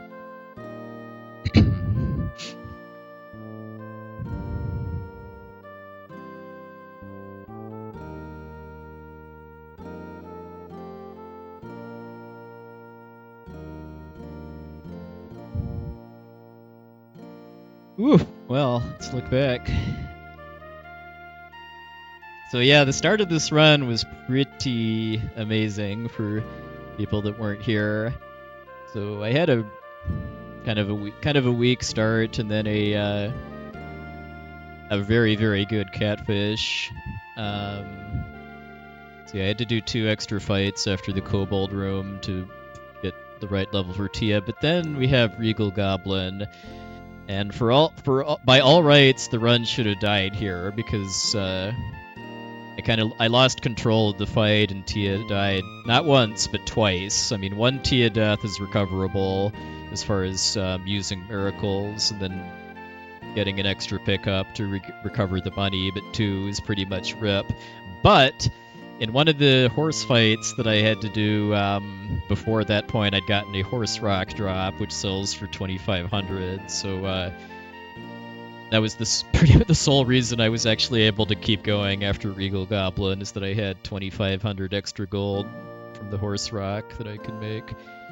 I was still kind of tilted a bit after that, so I don't think I was playing like amazingly during the Camus segment, and yeah, I know I bungled up the forced fight in Tanville Tower by not casting a flash with Tia on the last turn and dragging it out a little bit, and then Camus was kind of a jerk. He did his Buster attack spam, but then I had a pretty cooperative Tarantula. Like almost every one of these runs, it kind of feels like one of the first trio of nasty bosses goes really well one of them is terrible, and the other is kind of standard. And I feel like in this case, Tarantula was the good one, Regal Goblin was the terrible one, and Camus was a little slower than standard. So let's see, Clowns was okay. I mean, would have been nice to have had a shot at sub-hour Clowns, which is a nice milestone, but the Regal Goblin put an end to that. The next couple splits I remember being pretty okay. Then not quite sure why I saved so much time on Gades 2. I mean I had preemptives on all 4 required fights, but then I got kind of greedy in the Cloud Key room and got a back attack that killed Maxim when he had full IP, so I went back and got the Miracle because I figured I'd probably need it for Gades, but and then I also had a horrendously slow monster foot race room in Ancient Tower. But Gades was pretty cooperative. I was never really struggling to stay alive, and he punched Maxim early enough that I was able to get enough IP to pump out the healing for the rest of the fight. Let's see. So then after that, had kind of a ho-hum Hydra one. Let's see. Lions was really lucky. I was able to come out of Idura 1 with enough IP on Maxim to use his IP on the Lions instead, and that let me kill one of them really fast, and then the other one was paralyzed.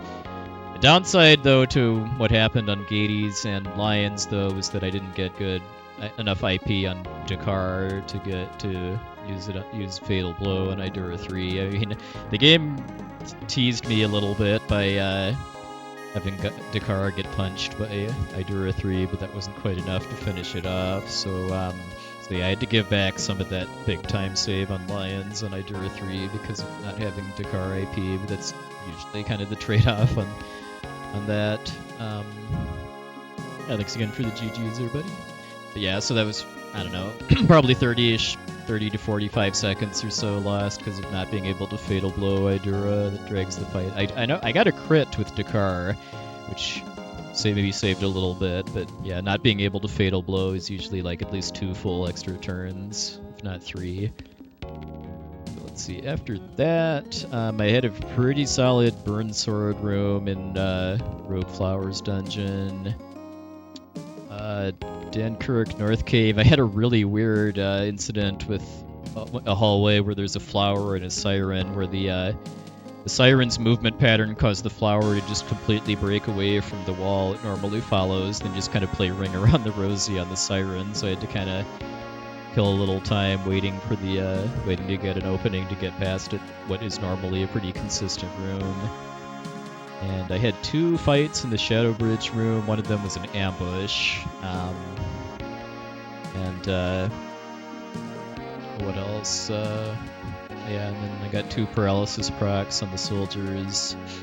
Let's see, Northeast Tower, I got caught by one samurai. And just the room it was in was kind of slow too because of having to restun the ninja again. And let's see, then had a pretty fast gargoyles. I think I only missed maybe twice with terror balls. I know I killed 2 of them before they even attacked. Pretty nice. Yeah, and then cleanup was pretty good too. So Divine Shrine was okay. I mean, it's just a movement segment. There's no required fighting there. I had kind of a crummy Venge Ghost because he did thunder and killed Salon on the first turn, so that dragged it out a little bit. It's not bad enough to reset back to the save though. If 2 characters die on the first turn, then it's sketchy enough to recover that I'd be better off just reloading and retrying the fight. But for 1, I think that's borderline. Let's see, then for the Tower of Truth, my new strat for the mosh pit room, as I call it, worked out pretty well as far as going up and right instead of right and up, and then also waiting for the Cyclops to rotate away so that it doesn't move before I can sneak up and on it and stun it. Let's see. Fire Dragon was pretty good. I mean, only thing that could have really gone better was getting more IP, because it never actually killed anybody. The only time it used Bite, it was on Salon, and because of her having fire resistance, she can tank it, unlike the other three. Ghost Ship was pretty typical. Tank was decent. I mean, I know I had to revive Maxim and Artie, I think. But I felt like I got unusually lucky as far as Guy's IP accumulation, which, it happened twice, I think, that he just barely had enough IP to use his head attack. That was nice. Let's see, then the endgame was pretty standard. I mean, I think I got decently lucky with the required fights and the sealed towers. I know for Camirno Tower, the last one, I only had one. I had 2 Gorgons, which was pretty good, and then 1 Lich instead of 2. So yeah, those 2 fights were pretty smooth. And then my final Sinistral fights were all pretty good. I did mess up a little bit on Deus, and that I didn't have Salon use her Holy Energy IP on one turn that she could have, and that maybe might have let me skip Deus using his Thunder spell. But that would have best case only saved like 5-6 seconds or so, just the duration of the Thunder spell, basically.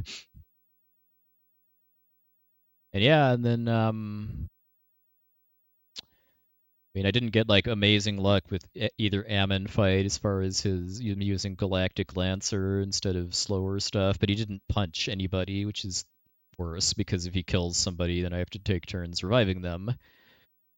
And let's see, then Deus didn't do the one Deus thing that could be bad, which is putting Maxim to sleep on the first turn with Terror Wave.